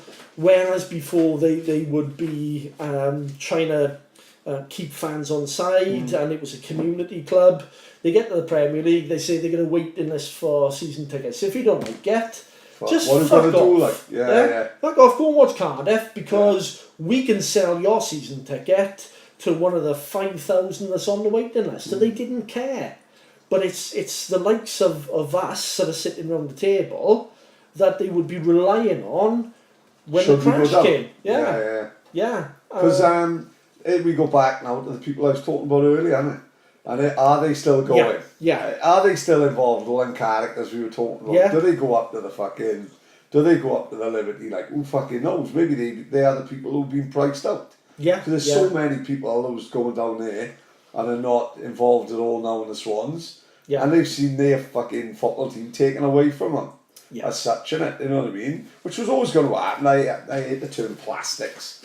Because, you know, if you go to the Premier League and a family, you got 3 kids who are banging the football, and then 5 go, then that's 5 fucking times 500 quid, whatever, which is what it's all about. Yeah. But, you know, as you said, are they losing that community? You will see a change, right? The first thing you've got to notice, Paddy, being over there the weekend, was how few away fans, right? Yes, right. yeah. Normally the team. Because someone took a photo of us at Sheffield United and said it was only 900. But I bet that 900 They had was a the hell of a 400, fucking day. yeah, Great right. day. So this is what will start happening again now. Go on. Is last year when we had away fans come in and you're talking about the Spurs and the Man Uniteds of the world, you can give them as many tickets as they want, they'll fucking sell them. Yeah. Maybe not so much the midweek as you would lose a few, you know what I mean? But you know, Man United on a Saturday, if you give them, they'd sell a stadium out on their own. Yeah, probably, of course you know they what I mean? You give them fucking 3,000, they've sold 3,000. You know, Preston must have brought. I'm just asking a guess. I don't know the actual. Do you know the actual figure? No, but I guess with 400. I said between 400 and 500. Yeah. Right, and it was like big sections of the stadium was taken. So, but what'll happen is that the same type of thing will start happening in the Swans End as well. Yeah, cool. Depending on how we do. Now, it looked to me that all the East Stand was full, South Stand looked full. I don't know, because I was sitting in the West Yeah, Stand. of course. I actually had a Premier Club seat. It's the first time I ever done it. Proper sold my soul on the weekend. But he's ready to leave. Nigel's walking up. My mate's, Ready to bottle in, no? my mate's got a Premier Club seat. And Did you have a massage in there as well? no, I fucking hell. I'd like to put that in the suggestion box next time I'm over there. So my mate's got a Premier Club seat. He offered it to me. So I went. I was looking for a ticket just to go last minute because I was supposed to go and watch. I was going to go and watch Saints West End, but I ended up going to watch Swans. So anyway, I sat in the Premier Club. Do you know how many of them seats are empty? It's fucking crazy. In the Premier Premier Club. Club, yeah. I was sitting with my mate's dad, and to the side of us was 3 people, a father and his 2 kids. On my right was the rest of the row was empty, right? So you're talking probably 3-4 seats. In front of us was 4 seats, and Viv now, Oki, my mate, said to me that they are never there. No matter if it's Man United, Man City, Spurs, United, no matter how big the game is, they're never there. Yeah. So that Premier Club, it's a strange thing. There was so many empty seats dotted around, like, you know what I mean? Yeah. But like I say, first time I ever done it, you know, it's not something I would rather be sitting in the East Stand with the boys. You know what I mean? But you know, it was a different fucking experience. Like, but I think as the season goes on, depending on how we do, you'll start to see the crowds drop. It's just a natural. Yeah, of course. When we came into the Liberty in League One, what were we getting? 14 and a half, 14, 14, 15, Yeovil on a maybe. Friday night. That was the first said. 20,000, the first full house, and that's only because they didn't have to segregate us from the Yeovil fans because there's no aggro with the Yeovil fans, if you remember. Yeah. So Trundle volley goal and things like that. You know, I think that the longer we spend in a championship, the more the crowds will sort of dwindle back towards the 17,000 mark, because the away fans aren't going to be bringing the numbers either, which you've got to take in. I looked at the crowd, and we had it 19 something, right? There was 19,200. Yeah, something like that. Which is still pretty good, impressive, right? Yeah, it's not bad. And I don't think you could put that on the Swans fans either, though. It was proper on the Preston fans. They didn't bring fuck all. Like you're going to see a lot of that this year. I think like Leeds is a midweeker though. That's the only thing, isn't it? You know, Leeds on a Saturday. Leeds would bring a full house, and they're flying as well. Like. But are we good enough to actually sell those extra tickets? That's the thing. Yeah. This is what who judge at by 1 November. Yeah. There's nothing worse. It always stuck with me. There's nothing worse than seeing Coventry City. I think moving from Highfield Road to the Rico, right, and Coventry, who in my day were a big club, same as you would probably agree with me. Yeah, FA Cup winners when FA Cup meant something. Keith Elchin, Cyril Regis, Keith Elchin, fucking icons of the game growing up, and they playing in front of 4,000 in the stadium. Like shit. Yeah. I go to watch the Ospreys with the old man occasionally. You know what I mean? Yeah. And fuck me, that stadium with 7,000 in there is fucking dead. I generally don't think that we'd ever go back to the 4,000s and that. I don't see that now. I think the fan base has grown. I think that the core would be about 12,000. The core would, even if we were in League Two, if we God forbid that it dropped down that much, I don't think we'd be going back to the 4,000. You're looking at about 12,000. The massive difference. The massive difference is that, you know, we've talked about a year before when we grew up. The Swans were in Division 4. So you supported the Swans and you supported a team in the fucking old Division 1, like. Yeah, of course, yeah. I'm not saying you did, I'm just saying a lot of people our age. Yeah, I did as well. Right. Yeah. So I'm glad you said that, because everyone denies it now. Yeah. The people I remember supporting United and all have fucking Swan stops now at Christmas. Yeah. Is embarrassing. But you watch it coming back. If Swans drop down again, you watch it coming back with the United tops on. Yeah. So, you know, I supported Crystal Palace, right? And Paddy supported Liverpool, and we got mates supporting Man United and Chelsea and fucking Spurs, and I supported Everton because my old man was a Liverpool fan, and I just wanted to be contrary. So basically, you've always been an argumentative cunt. Especially with my family. And I fucking hated the Liverpool side in that, you know, the Glenn Hussein and Ronnie Whelan released them fucking win. You picked two of the most random fuckers I've ever heard. Like Glenn Hussein and Ronnie Whelan. That's thrown in about the centre of the park. No, Glenn Hussein. I wanted to set fire to that bastard. I just fucking hated the sight of him, you know. Because he had a lovely flowing grey head.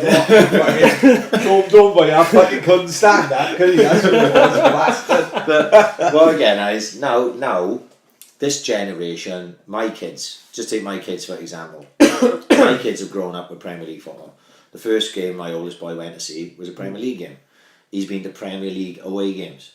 So he's a Swans fan, first as last. He's not a Chelsea fan or a Man United fan or like. He's a Swans fan. Which is brilliant. Which is great. Yeah. So I think that is where we'll keep a core. Because these kids, instead of being brought up on the Swans being shit, they've had 6-7 years of the Swans being fucking great. So then you know, if you're a Man United fan living in Manchester and for some reason Man U drop to the bottom of the league over the next 4 seasons, you're not going to stop supporting United and support fucking Huddersfield because they're in the Premier League. Well, it's actually what happened in the 70s when United went down. Yeah. And to this day, the true United fans call it the fucking best ever season. Because they went down and all of a sudden they're in these fucking places in England which they've never fucking been. They fucking rioting and pillaging shops every fucking week in Middle England, playing teams like Oxford in Division 2, winning 7-1, doing all the fucking clothes shops over, and they like all the old Man United heads all say that season was a fucking blast, like, you know what I mean? They fucking loved that year. Yeah, but like I say, I hope that core stays. Like I say, I can't see us going back to the 4s and the 5s, even if we did do a Portsmouth and just keep fucking dropping. Like, there's something I want to ask you. There's something that was brought up, and I mentioned on the podcast. Fuck, this is one of our very earliest podcasts. I can't even remember how long it was, but I thought about it the other day. Right, there was a guy called, and he probably follows you. You may have spoken to him. He doesn't follow me, and I don't follow him. It's called Lucha Jack, which Paddy told me is Lucha Jack, right? Right. Maybe he doesn't. Maybe we've never spoken to him. I don't know. But he wrote a tweet and it was right before we had, what the fuck did we have on? I can't remember who it was, but it was, anyway, it had something to do with this week. And it said, paraphrasing it, if you can see us getting relegated all the way down, and then the old board coming back and buying the club for pennies. Yeah. Do you think that is possible? Do you think that is a potential reality? He's not the only one that said that to me. Right. I've got another follower, and he's maintained this all along, that was part of the plan. Right. And I'd always said no. I couldn't see it. But imagine them being offered. I'm starting to change my mind. The level of I'm trying to find the right word now. Like fuck.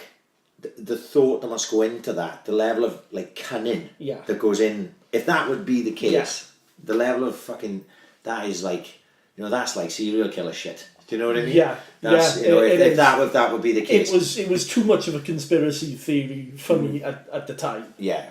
And I really couldn't think that they would be that thick-skinned. All that clever. All that clever. You know what I mean? But I don't know. Look, Deneen tweets about fucking cheesecake. He can't be that fucking clever, can he? Yeah. Or Gower Gold. He likes his Gower Gold. I like Gower Gold, mate. It's the second thing he didn't like, I won't drink the piss. Yeah, I can imagine. So I'm not going anywhere near boycotting it. It's Boss Brewery all the way for me. I haven't been down there yet. Is it good? Yeah, it's fantastic. Yeah, I got to go down. Is that a pre-match? It is now. Oh, right. We're used to the end. I used to drink in the Globe beforehand. The world's longest pub. It's your fucking far back. It goes unbelievable. Yeah, love the Globe. Great pub. I'm running an event a week Saturday, which we talk about at the end, and that's going to be in the Boss Brewery tap room. It's pretty good for events. Like we made at his 18th. A great atmosphere in there. Yeah. The beer is lovely. Yeah. So I've tried a couple of the different Boss brewery beers. They've run Copper as well in town. That's right. Same people in it. Yeah, same people. Which we got to give a mention because our mate is the resident DJ. Oh yes, I forgot all about that. DJ Stuart Cortez. Yeah. Stuart Courtney. Playing funky house and soul every Saturday night in the Copper bar. Glad he'd be lost in Copper, see, because they probably don't do Becks now. You'd have to have a fancy beer like I can. Oh, what I got to have like that Blue Moon and stick a fucking orange in it and all that shit. Fucking walking around like Del Boy having a Drambuie Lucas in. You know what I mean? I can't fucking. The only fucking fruit I'm having is the ones on Queer Eye for the Straight Guy. I ain't having no fruits in my fucking lager. Fuck that for a giggle. Fuck no chance. Well, Boss is great. I love the beer in there. And is it busy match days, Yeah, I went in there. It's a great spot. Before the game Saturday, and it was heaving in there. Really? And I managed to grab a seat on a table with Downtown Howell Brown. Big friend of the podcast. Yeah, and I told him when I was coming on. So I think he'd be tuning into this one. But it was great atmosphere in there. Yeah. And Sarah, who's on Twitter, she's brilliant. My missus knows her something. Some connection there. My missus was the one who told me about the Davis Copper and Boss. We were all the same people. And I love, it's a local company, and I'm really big on supporting local companies. Yeah. And I think it's great. I'm really looking forward to doing the first event in there. So I'm always looking for good venues to do the events that we do in. And, well, let's talk about it now. It's not the end. Don't worry about it. We'll talk about it now. Now we talk about what event are you doing it? So the event that I'm doing, it's a week Saturday. So it's the 25th of August. And it is in the Boss Brewery tap room, and it's a Swans themed event, so it's straight after the Bristol City home game, and it's an evening with Mike Hughes and friends. So we've got Mike Hughes, the goalkeeper from the Toshak, and John Bond, Terry Orathira. Hopefully we've got Nigel Stevenson and Wyndham Evans as well. Oh, I love Wyndham. Yeah, Kev Johns is running the night for us, so we can have a Q&A with the boys, and I've got a fucking tremendous Elvis tribute act as well. He is... Sean Chatwell's coming over. He's coming. Yeah, Sean Chatwell will miss it. He is fucking brilliant.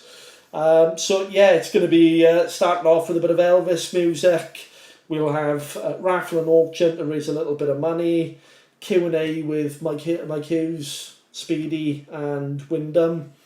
And any proceeds that we make on the night then are going to the Samaritans. Are the events busy then? Do you always like sell them out and hit and miss? No, hit and miss Yeah, is probably the way to do it. It's the same as anything. any fucking you know, who run events. Sometimes I think I'm on a real winner with this one, and I'll have nobody there. Other times you think, I'm not sure about this one, and then there's a huge crowd turn up for it. To be honest, you know, couldn't time that one much better. This one This it's free entries, no ticket price. Just come over to Boss Brewery. Start the entertainment around about 7 o'clock, and we'll go on till about 11 o'clock. Just come and have a few beers. Bank holiday. Listen to the Swans guys. Enjoy a little bit of Elvis music, and hopefully we'll make 200-300 quid for the Samaritans. Yeah, fuck yeah. That's a cause that Mike Hughes himself picked out. When I approached him, I said to him, look, if you're going to do this, I want you to pick the cause, because it's 8 or 9 that I could pick out, you know. So for me, I'd rather him do something that's close to his heart. Of course, And he picked a brilliant one. It's close to my heart as well. So I'm looking forward to that one. It's a great venue to do it in.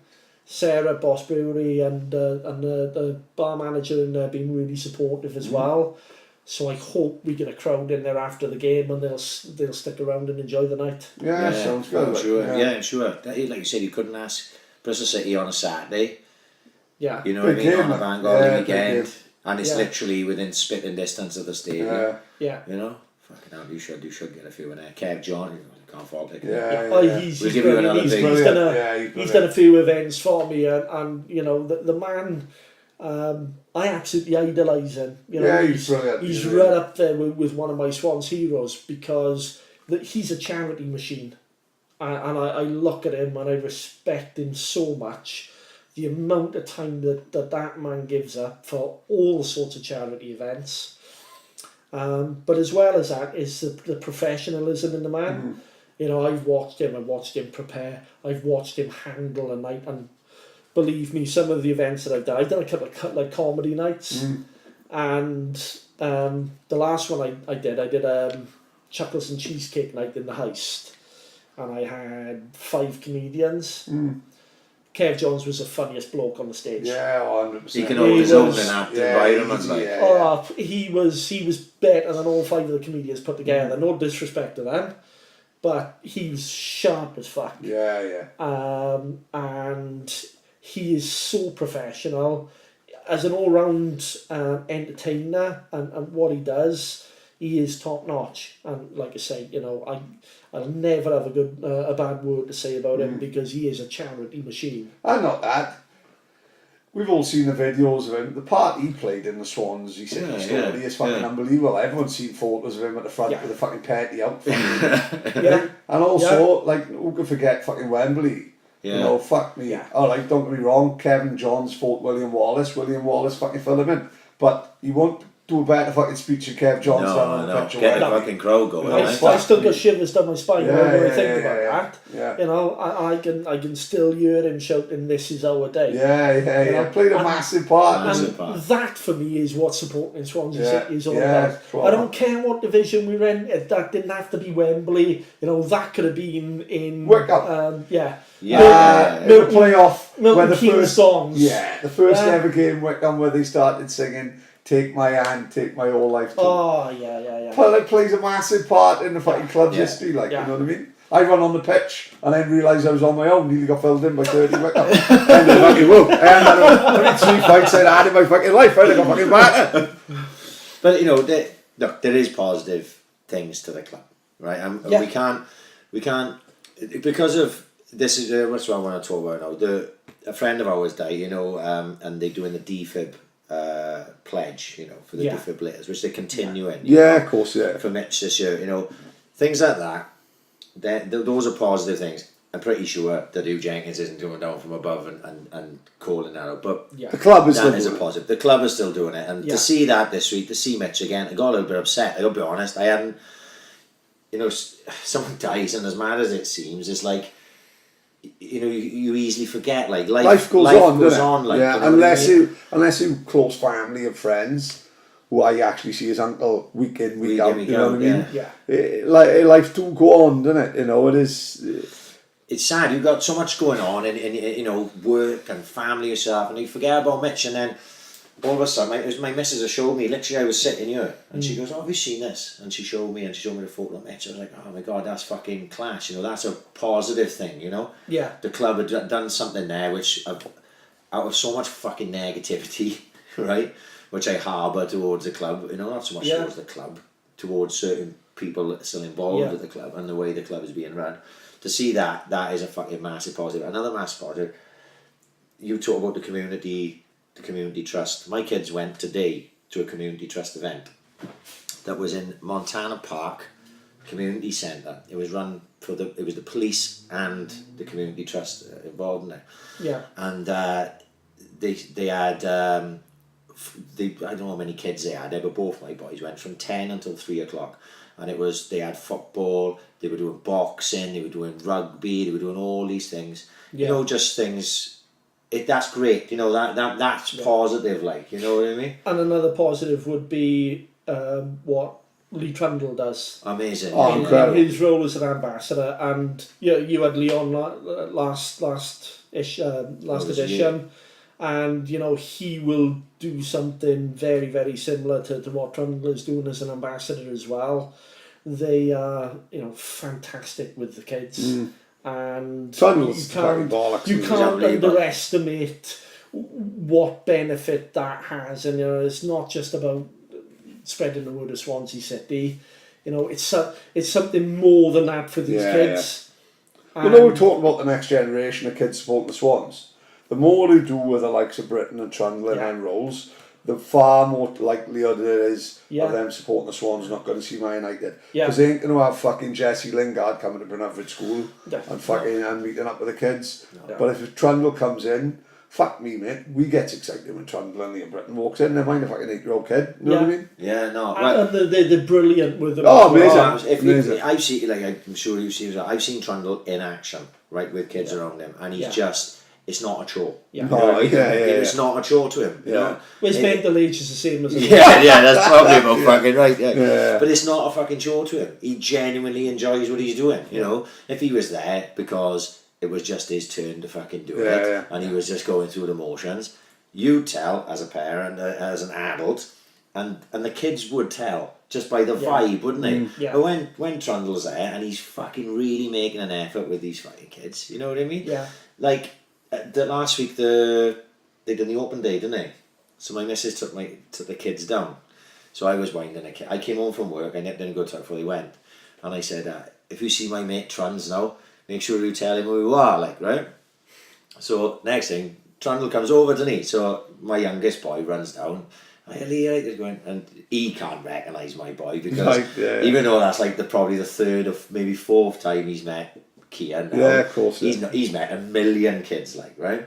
But my missus was there, and my missus goes to him, you have met you before, mind these are Ryan Primmore's kids. But straight away now, hey, your daddy's famous now. He said he had Leon on this week, didn't he? Oh, he's going up in the world. And he was nobbling my kids, and my missus, like, you know, having a chat. Kids love that then, don't they? Yeah. That's class, do you know what I mean? Yeah, every time they see him now, they makes me more of an hero to them, do you know what I mean? Because they're like, Daddy had Leon Britton and fucking Lee Trundle in the house, like, do you know what I mean? I think that's class.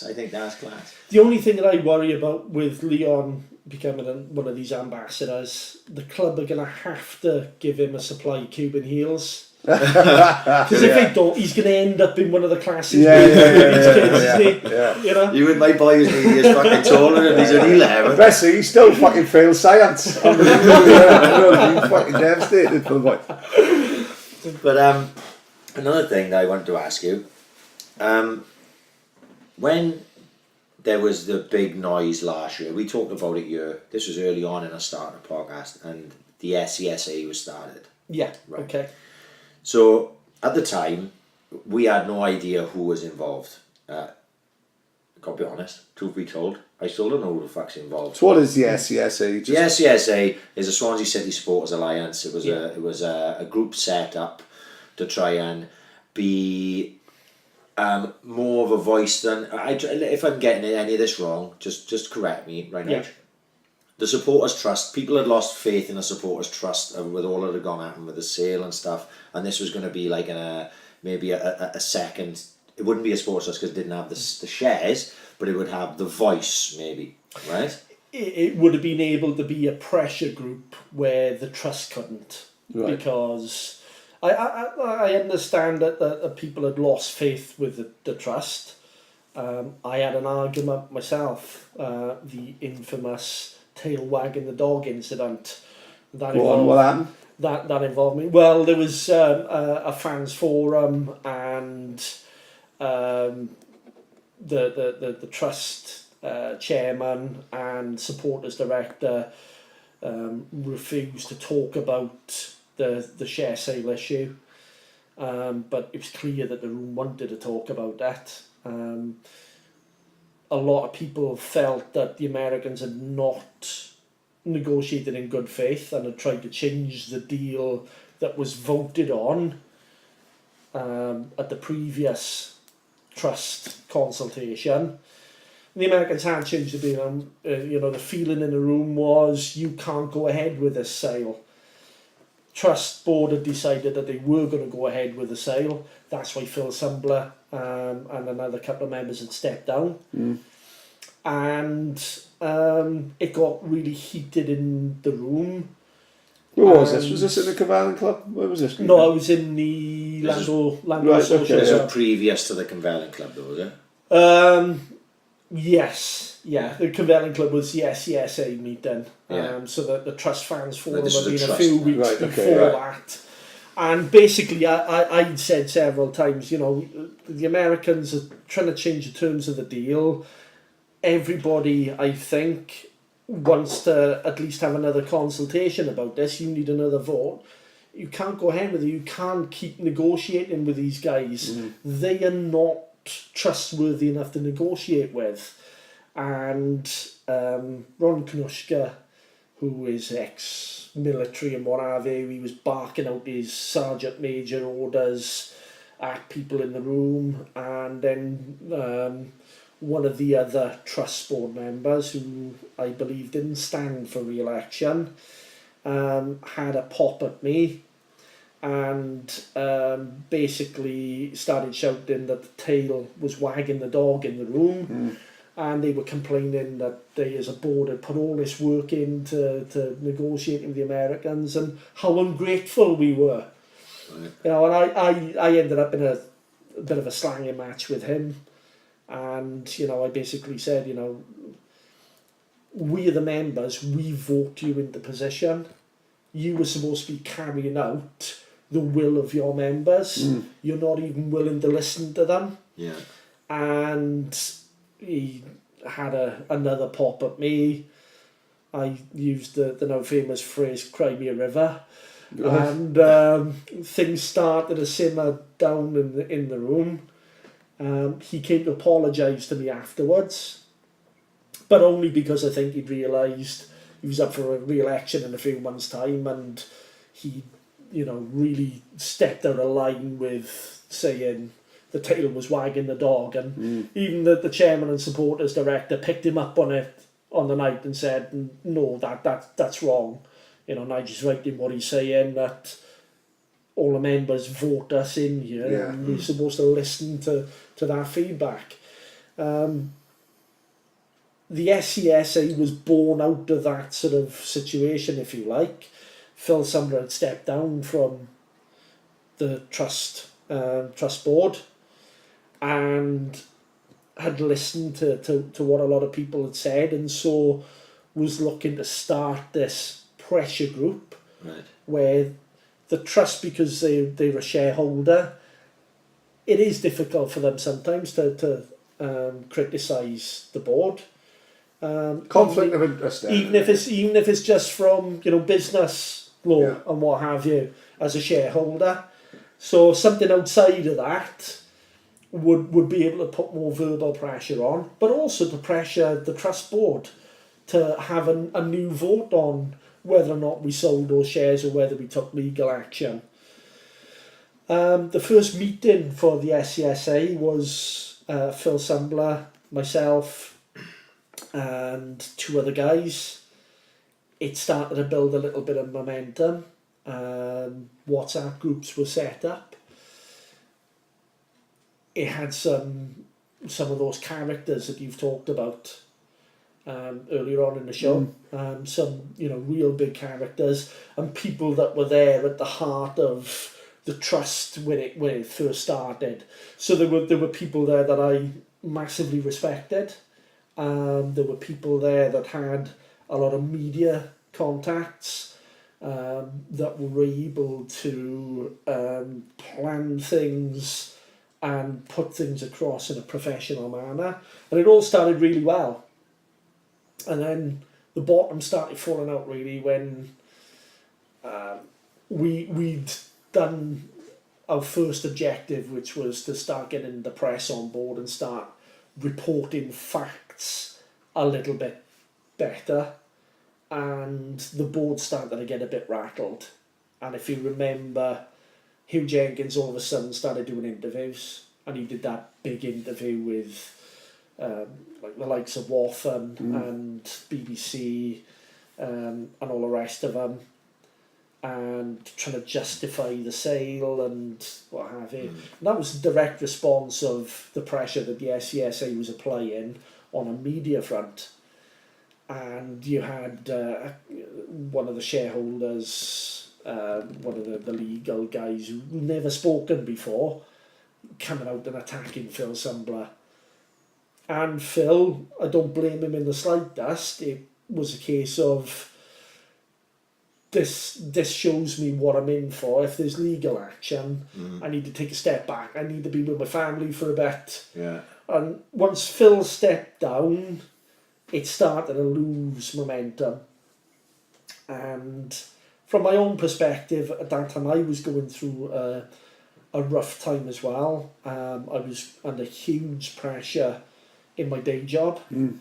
My father had a cancer scare around about that time. I was suffering with poor health as well, and the strain of trying to be involved in the SCSA as well. Unfortunately, I broke. It's only a game of fucking football. Yeah. At the end of the day. It's not worth your health, like, is it? It's a game of fucking football. And for that reason then I sort of stepped away from it, and in fairness to the people that were still involved in it at that time, they fully understood my reasons. Fuck them anyway. You know what I mean? I felt bad because, it was important to me because it was a way of fighting for the club. And, I got to the stage, and there's been a lot of criticism because we took donations. We asked for donations. What the people criticising, fail to remember is that people that were involved in it, we all put our hands in our pockets first. Yeah. It was like, right, okay, we all put 50 quid in. So we raised a few £100, and we felt that the best way, the other pressure group, the Supporters Union, were all about demonstrations and that type of thing, and that's absolutely fine. I'm not going to criticise that at all. We took the stance that we want to educate people, so we came up with the idea of producing a one-off fanzine that talked about all of those issues, like the shareholders. So what you've discussed here, basically. Yeah. So and I only played a small part in this. I contributed one article. Steve, who runs the SOS fanzine, Stephen Carroll, yeah, I met him, great guy, really switched on. Definitely want to have him on here. He put so much work into producing that fanzine, and we produced a couple of thousand of these fanzines and distributed them free. Yeah. And that cost us a few £100 from what we collected, and then the rest of the money then was donated to Swans for Cancer, I think it was. So anybody that thinks that anybody involved in the SCSA took any money or made any money, I can absolutely guarantee you right here and now that didn't happen. There's an audit trail for how much it cost to produce that free fanzine, and the rest of the money then was donated to cancer charity. Unfortunately then, when people like myself and Phil and others, and I wouldn't be fair to name, when they stepped away, it started to lose professionalism. It started to lose critical mass. There was a lot of criticism round about that time about you're demonstrating, you're causing problems when we're facing relegation, you should be getting behind what the team. happened was we went on a decent run, didn't we? Yeah. And then it sort of took the edge off any sort of potential damage. But the irony is that the great results were happening whilst the SCSA was at the height of its powers, if you like. So obviously anything that we were doing and saying off the field wasn't affecting the on the field performances. Yeah. You know, as the SCSA died, that's when our form went with it. But people do this, and people fans sitting in the stand who may have listened while we were losing are going, "Oh, do us a favour, shut the fuck up because we win it." You know what I mean? And then by the time we start losing again, it's like, "Would the SCSA again?" Do you know know what I mean? It's sort of that's the way it came. Isn't it funny how you can go full circle to see how mad football has changed? Whereas round about the petty era, you had a voice and you could actually do something about it at the time. You could make change, like, you know what I mean? Which we did, didn't we? Which you did.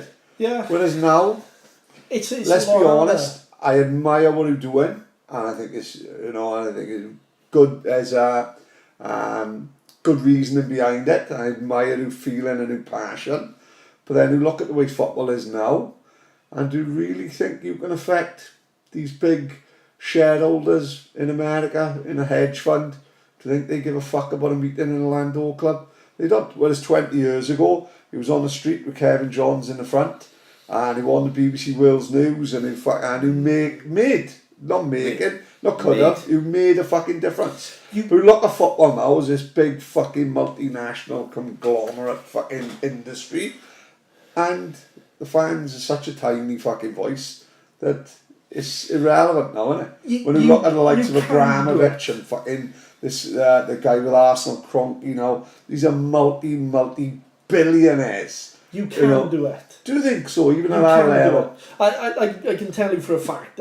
If you cast your mind back, we played Man United and the two Americans were over. Right. And we were having a hide-in. Yeah, they beat us. It was a 3-0 after the first. Four. Yeah, it was 3-0 after about 30 minutes. We were dog shit. And that was probably the first time that there were concerted calls within the stadium, and there was a lot of abuse flying around, and even the media, the benign media, you know, reported on how hostile the atmosphere was, and the Americans were scared rigid. They were shocked by the vehemence of the protests, and it was a real eye opener for them. But Premier League football, and what we said earlier on about it's a lot more sterile, so it's a lot more difficult to get that critical mass of protest in the stadium. You know, it would take something devastating with the club for it to galvanise all of those fans. Yeah. Plus as well, we in Landau now, it was different when we was going from fucking B-jumps down to the stadium. We was in the middle of town. But half the fuckers who got to walk from town up to Lindy, we all going to be fucked. When the Smiths were the Aberdeen, we'll all be fucking hammered by fucking half-1. But, you know, to answer your question and to back up my answer, you know, you look at what eventually happened at Cardiff when they did force Vincent Tan into a U-turn over the colours. Yeah, of course. And the badge. Yeah. Can be done. And, you know, how ironic that we put Jenkins rightly up on a pedestal and had a pop at Vincent Tan. And now you look at it, you know, Jenkins is sold out. Crazy, put us in the shit. Yeah. Vincent Tan's listened to the Cardiff fans, put the colours back to blue, changed the badge back, converted a lot of the debt into equity, so he's got him on a more financial footing, and he's almost like a model owner in comparison. Well, what he's given them is, I know a few Cardiff fans who absolutely hated the time they went up, simply because it was around the time they couldn't really fucking moan about going red because you've taken them into the fucking promised land. They hated it, you know. They're in the fucking Premier League. They didn't do fucking well. They played in red, and it was a fucking nightmare. Because now they've had a second bite of the cherry, and you know, luckily for them, as you said, time have turned it round. They're approaching it in a completely different way. Oh, totally different. Yeah, They I still still think they'll fucking go down. I still think they'll go down less points than Derby, if I'm honest. And I don't think fucking Warnock will be there by November. But you know, like, as you said, they listen to the fucking fans, which don't happen very often. Maybe you're alright, maybe you can't fucking change. And perhaps a better example then would be Hull. And the way that the old Tigers, Tigers and the change of name. You know, and would it take something like that to galvanise the Swans fan base? It probably would. You know, and half of the problem that we got and what we try to address with the SCSA is the ignorance in the fan base about exactly how that sale went through, what it was all about, and what the ramifications were. And part of that is the way that the press reported it. Right, and that's something that I've got a real weed up my arse about. You know, I found it hysterical that we've gone down, Premier League privileges aren't at stake anymore. Chris Wathan on transfer deadline day is the most outspoken critic of the club and the way they've handled things. Like some sort of press avenging angel. Fuck off. You did absolutely nothing to report how the club was being sold. And any of the real fundamental problems, you never held Jenkins to account when we were going down. You never held the Americans to account. They didn't want to. They hid behind our legal team won't let us publish that. So our Waltham is like the Swansea correspondent of a Wales Online, basically. Yeah. You know, David Pritchard, the guy that's writing for BBC. You know, I remember him doing this exclusive video interview. Yeah, and he's laughing and joking with the Americans, and he's teeing up all of these soft questions instead of getting in there and saying, why do you? What's your business plan? How are you going to do this? How are you going to pay for that? Why did you not deal with the trust when you were buying the club? All of those issues, they were all glossed over. The biggest exponent of it was Gareth Vincent with the Evening Post. You know, and he continually used the word investment when writing about that sale, and it was never an investment, it was a private share sale. But the way he was writing it, the spin that he put on it, was this is 100 million investment. And then, lo and behold, he's not working for the Evening Post anymore. He's got himself a cushy job as a press officer with the club.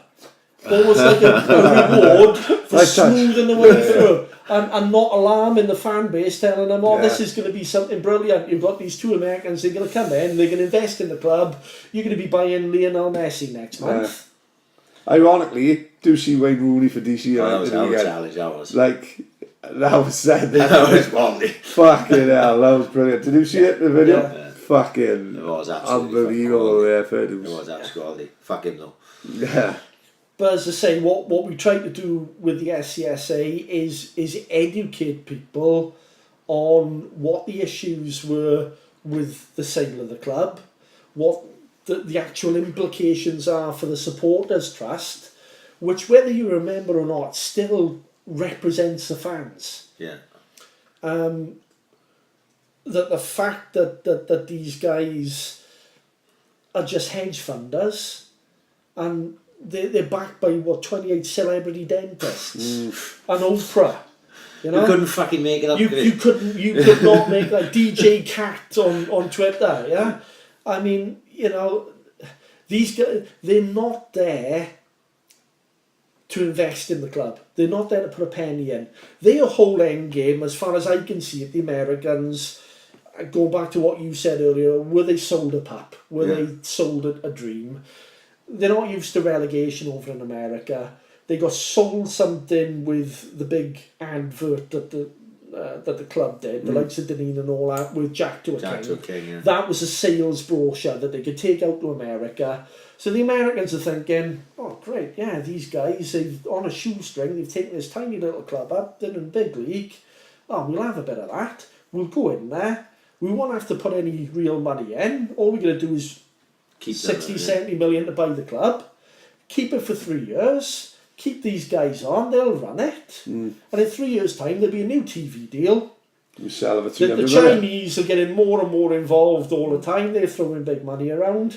All they needed to do was come in. There was scope to increase the commercial activity. They could do something with the ownership of the stadium, which would increase the value of the club. They were telling them they'll put 10,000 seats on the stadium as well. There was talk of that. And with a new TV deal coming in, probably half as much again as it is now, because it's still projected to go up and up.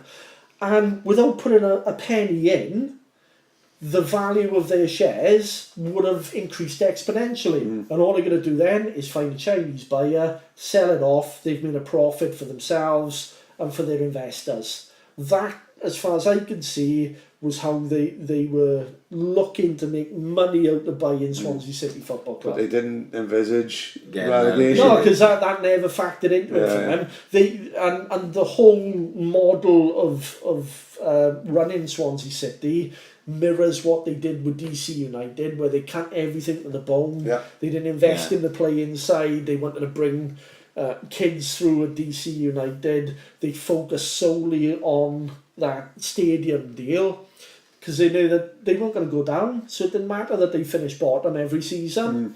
And they could do the stadium deal, and then the value, the share value would increase by having the stadium, and they could sell on at a profit.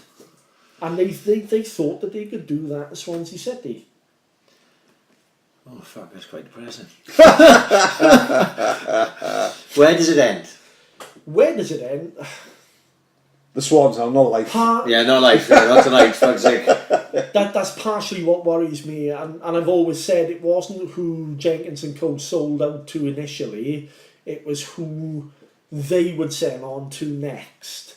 Because if it follows like a Portsmouth path, they got progressively worse owners, didn't they? From Harwich to Guy de Mark, and then to basically the fans had to buy it back. They just named someone else. Literally, someone's just taken them over, haven't they? Are they really? Yeah. And then the guy is involved in Disney or something. Yeah, some guy. I'll tell you what. Yeah, you're right. He's a multi-billionaire. Like he is in charge. They were talking about it on that EFL on Quest, I think, was it? Because obviously now Portsmouth are starting. Mike Aiello. Make their way up. Yeah, something like that. Something like that. Yeah. And basically, he's gone in now. Yeah, he's gone in and he's gonna fund them back up to the fucking Premier League. Where does it? I think. I mean, it's the elephant in the room, and we can talk about what we've got on the pitch, what Potter can do, and everything else. But the elephant that's always been in the room has been what happens with the trust shareholding. And if I'm honest, I can't see anything other than legal action. And that is really going to put the cat amongst the pigeons. Will there have to be compensation paid out then, I should imagine? Well, the way that I understand it, legal action that the trust would take would be against the Americans, and if a judge found in the trust's favour, the likely ruling would be that the Americans would have to buy the trust shareholding at the same price, the same terms that they purchased the other shareholders. 20 million so quid, we're talking, the Americans then would have to find 20 million quid.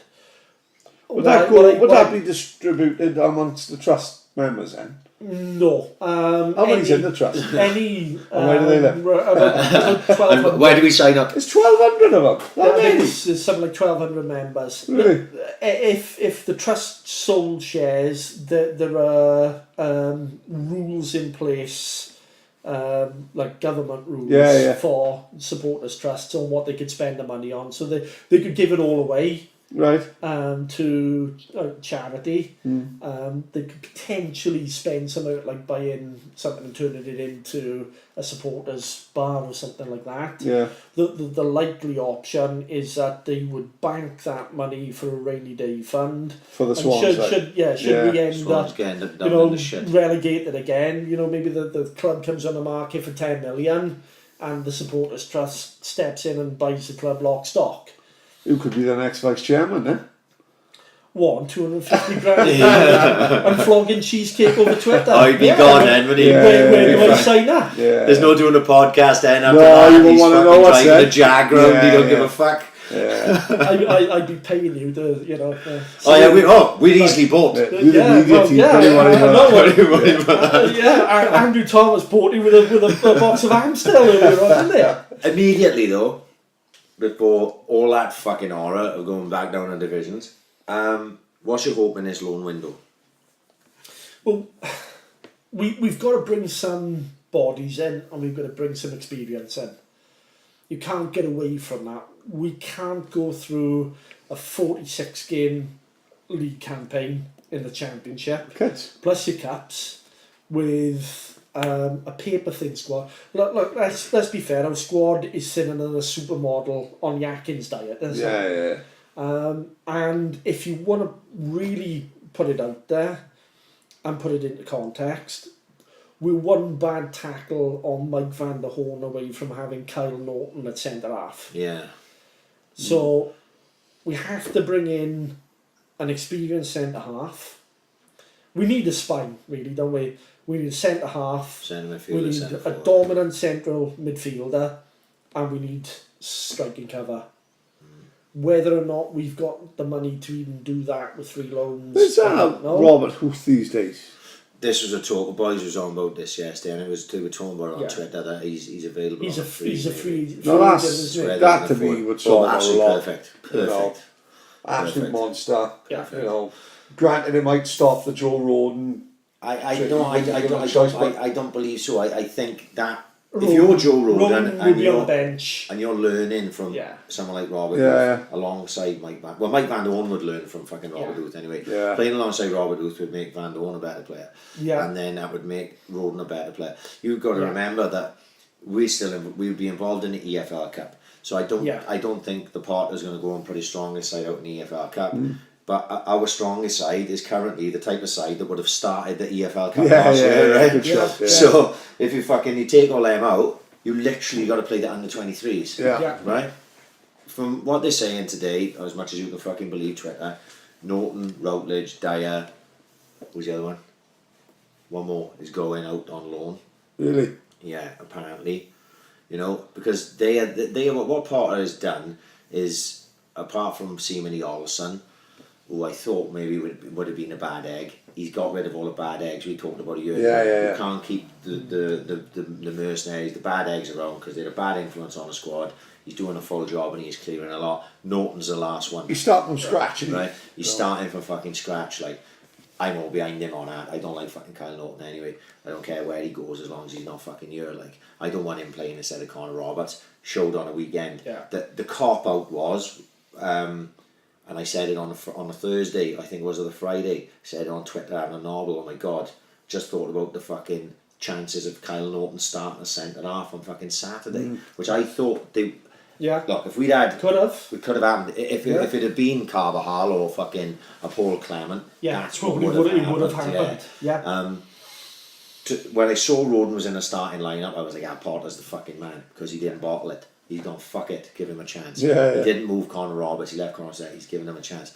I want to see that. I don't want to see Norton's name. I don't want to see Roberts' name. Dyer, I got a soft spot for. I don't mind Dyer so much. You know what I mean? Like, if Dyer had to stick around, that wouldn't break my fucking heart. Like, Narsing, that's the other one. They reckon Narsing's going to go as well. Yeah. You know what I mean? If they're going to go, they're going to go. But fuck me, we got to get boys in. But selling, if you're going to get rid of Narsing, not this fanning around with, we'll loan him out there for the season and we may sell him. And there's always a chance he might fucking Selling. come back. Fucking like a Selling. fucking And boomerang. you're just doing To the a same. foreign You're just doing the same thing next year. Yeah. Selling now and use the money to bring 2 or 3 loans in. Because if you get rid of that many players now, You know, I mean, you basically, you're tying Potter's hands behind his back and you blindfolded him. If you take that many bodies out of the squad, we're light as it is. I mean, what we got rid of? We got rid of something like 17 players, 18 players over the summer, and we brought in 5. Yeah. Don't know that. And you know, Danda was supposed to be brought in just for the under 23s. No, he's promoted, yeah. So, you know, we've got to have bodies in there. We've got to have experience in there.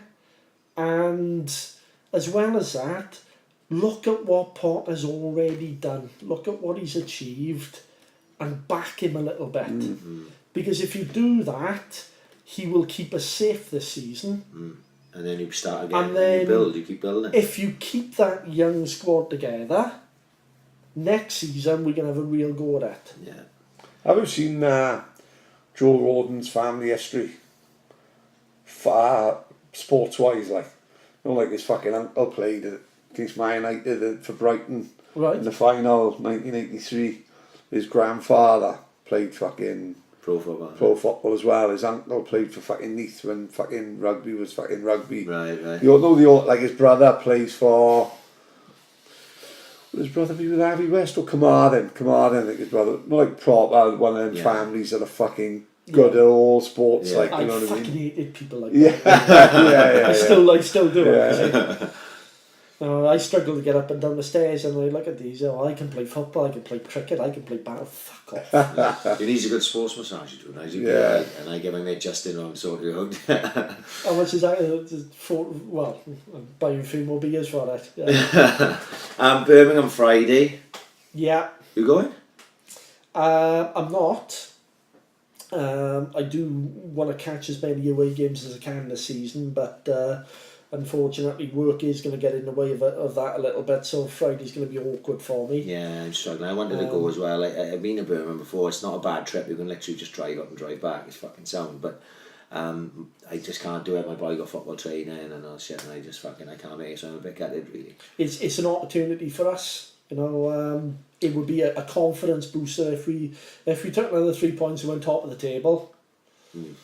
Because I think we would be, wouldn't we? Because no one else played. No one else played. Yeah, is it? There's someone played 3 games. It's in Middlesbrough 3 games. I'm not sure if they won 3 out of 3. But they actually played. They played Birmingham Saturday, didn't they? And the reason I remember it is because the commentator said they won 1-0. And the commentator said, this is the most one-sided 1-0 win I've ever seen in my life. Middlesbrough absolutely battered Birmingham, apparently, but you know, Birmingham were poor, like. And I was reading something today that Gary Monk basically sort of shoved in the same position as Potter in a way. He's been chucked a young squad. He's got to work with what he's got. Transfer embargo and all this shit. Yeah, you know, when I went there, when Loudrup was manager, there was no fucker there, and the boy that was with us, he's a Villa fan. He was telling us, like, you know, that, you know, Birmingham had gone to shit one side of the ground they weren't even using. So the full stand, like the long stand, right? There's literally not a soul in it. Second biggest fucking city in the country. It was incredible. Crazy. And even in the big stand that was opposite that, it was like fucking 2/3 full of that. You know what I mean? And it was like going to a dying club. That's where you felt, you know, when I went there. Like, so I don't know if improved. You know, that was like probably 3-4 years ago. Like, whether they've improved in any way. You know, they didn't get relegated, did they? So, you know, I mean, they're rolling on in there. But what, did they stay up in the last day, was that? Something like that, and you know, it's I think we couldn't have asked for a much better start as regards to bed us into the league. You know, we could have had it a lot harder. Looking at Leeds and the way they played last Saturday, they were fucking outstanding. How does a manager get that fucking like that song out of that team?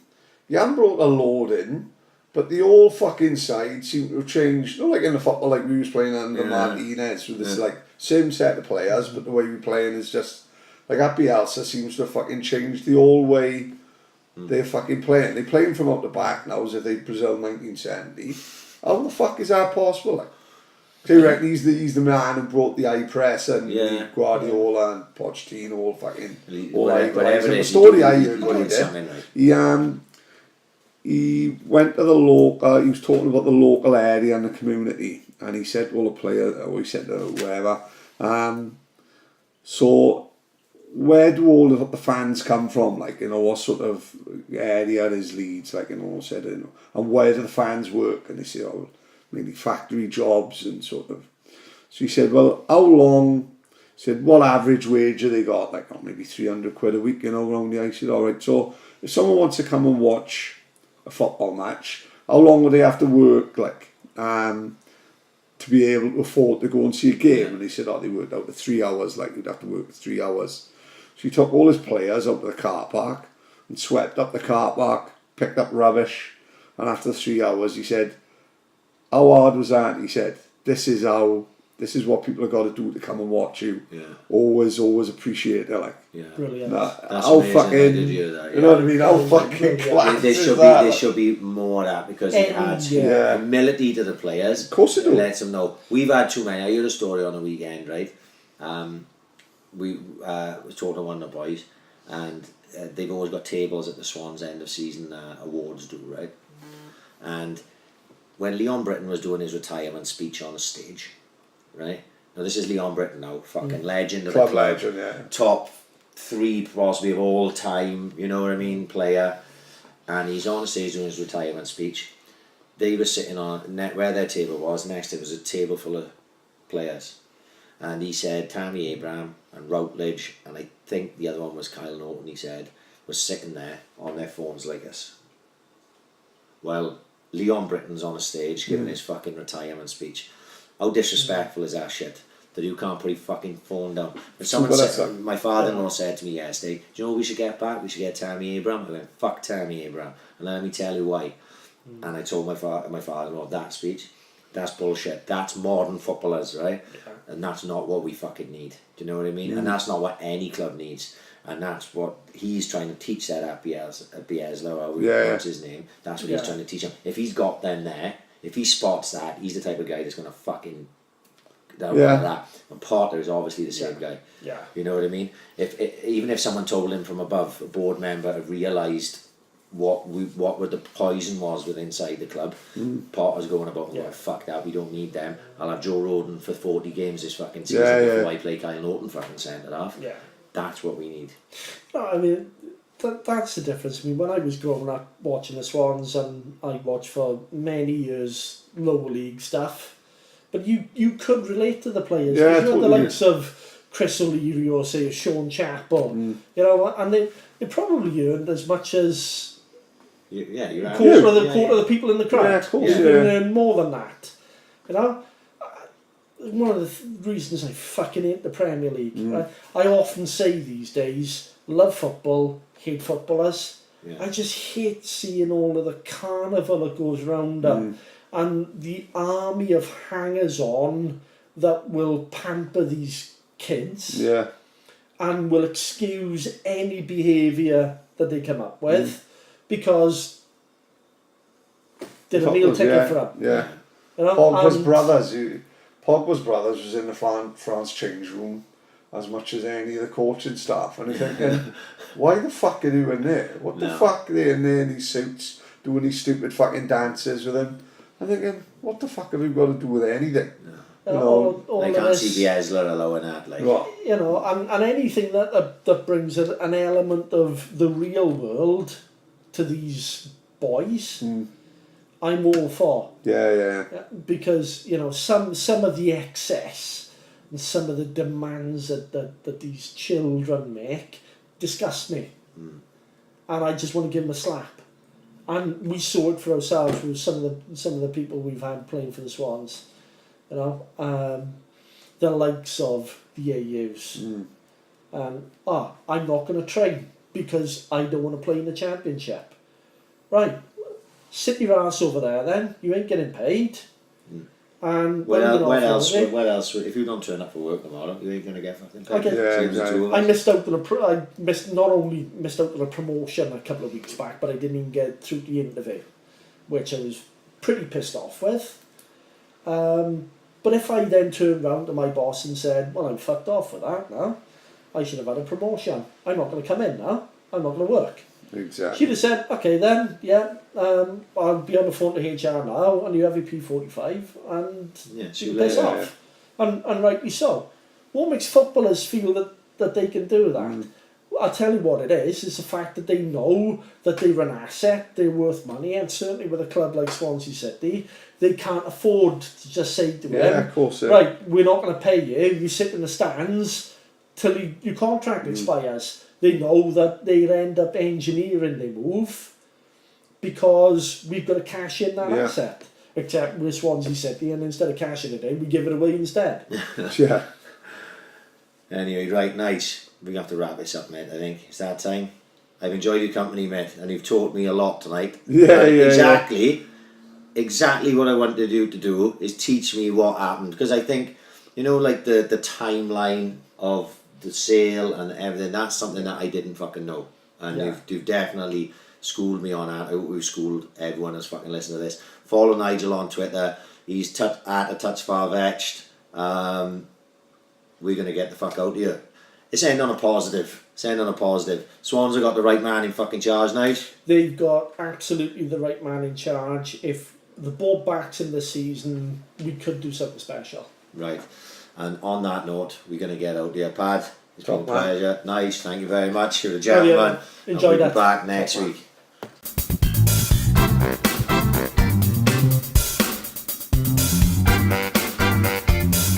Ambition is critical.